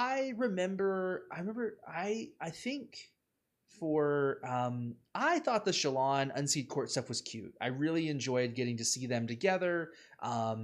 And because we hadn't really seen them do a lot of interaction because Shallan wasn't well enough to do any interaction in Rhythm of War. And she wasn't around them. Like, she had gone off on her own thing with a few of them, but not the whole court. So not like the highest of highs of any of the preview chapters, but certainly better than like a boring or like a better than bad chapters, if you can call a Stormlight chapter bad. Yeah, I agree. I think like it just sort of felt like filler chapters a little bit, which you kind of need filler chapters in a book that's this size. You're going to have some. So I think that's, how it felt to me. I think, like, again, I'd love to hear from people who are like big Shallan fans if they really enjoyed this. It's just not, not my favorite. So, but overall, there was a lot of like really cute stuff. There was a lot of fun stuff. I liked a lot of the Adolin self, monologuing, cultivation and Dalinar, really cool. I would like to get back to Kaladin at some point. I think that'll probably be tomorrow, I'm guessing. I hope. I want all of Kaladin and Zeth's journey. Like, I want that now. I just want to read it all. I'm looking forward to, I want to get a Kaladin chapter, just something with Kaladin. Let's see him on the road. And I would really love to, I don't think it's going to happen, but I would love to get a Dalinar Adolin chapter. I don't think we're going to get it this early. I think we're going to have to wait a little bit to get it, but that's what I would be looking forward to. Yeah, those are good things. Let's see. Recapping back on this chapter, I would say the cultivation conversation and the politic meeting room were the two highlights, And if you took those two out of these 3 chapters, I would not have enjoyed them nearly as much. But including them, I'm able to like everything flows. Looking forward, I really want to see Shallan take on the Ghostbloods. I want to see what that looks like. I want to see like what is her strategy? What is the success? What do we learn about them? Because we're always learning more things about them. And I agree. I want to see Kaladin and Zeth doing something because they're going to be in many ways, I feel like they'll be the heart and soul of the book. I mean, it's Wind and Truth, but like whatever is good about this book will be their journey forward. And we, there's a lot of points of view in this day that aren't Kaladin and Zeth. But they are in it though. Kaladin is for sure. Kaladin and Zeth are both listed. Yes. So we will see them eventually. Yeah. I mean, I'm not worried. Yeah. The book is called Wind and Truth. I'm not concerned there will be a lack of Kaladin chapters.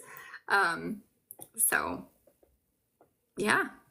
Yeah, Bag of Pudding, that's a good point. There might, in theory, there could be a Sellish Ghostblood running around, but I think they're going to be over with the Scadrial folks. And yes, Jason, the only thing I'll say is I'm not looking forward to Zeth's flashbacks because I've already read the first 4 because Brandon read them at different conventions and things. So I want all of them, but I know that the first 2 or 3 are going to be ones that he's already read to us before. So that's not as exciting for me. I've only heard the first one, and it was heartbreaking and very sweet at the same time. So, I know your favorite line. Yes, I know, right? I mean, that I have to love it because Zeth's son Naturo saw magic upon the wind, and so he danced. I'm just and then you're gonna crush my boy. You're gonna crush him like a grape. Oh, I know. It's gonna be brutal. We got a last question here. What do you think the 5th ideal will be? I have a video about that. Lirin teaches the ideals or something like that. It's hysterical. That seems to be the question that gets asked last, almost every time when we linger and we're like, oh, let's talk for a minute, and then it's like, what do you think the 5th ideal is gonna be? The short answer. Go ahead.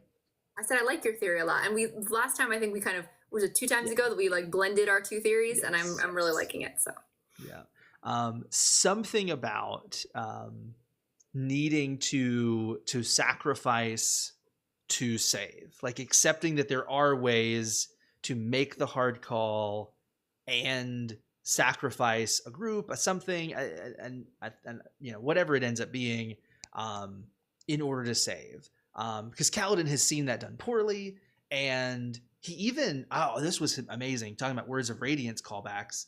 He explicitly refers to Elokar as a festering finger that needs to be cut off. So we have the connection piece of, I've learned that you have to sacrifice to save, but he does it with hatred. He does it with a desire to hurt rather than a desire to save, which makes it wrong. So the idea would be if you actually did to protect, you could do it. Yeah. But I think it's going to be Moash. But yeah, I think it's valid. We don't know where he is yet. We have no idea. All we know, Brandon was asked at a recent convention, what can you tell us about Moash in this book? And he said, Moash appears. Is it a good appearance? Is it a bad appearance? Who knows?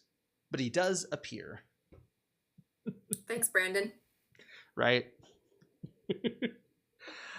Alrighty.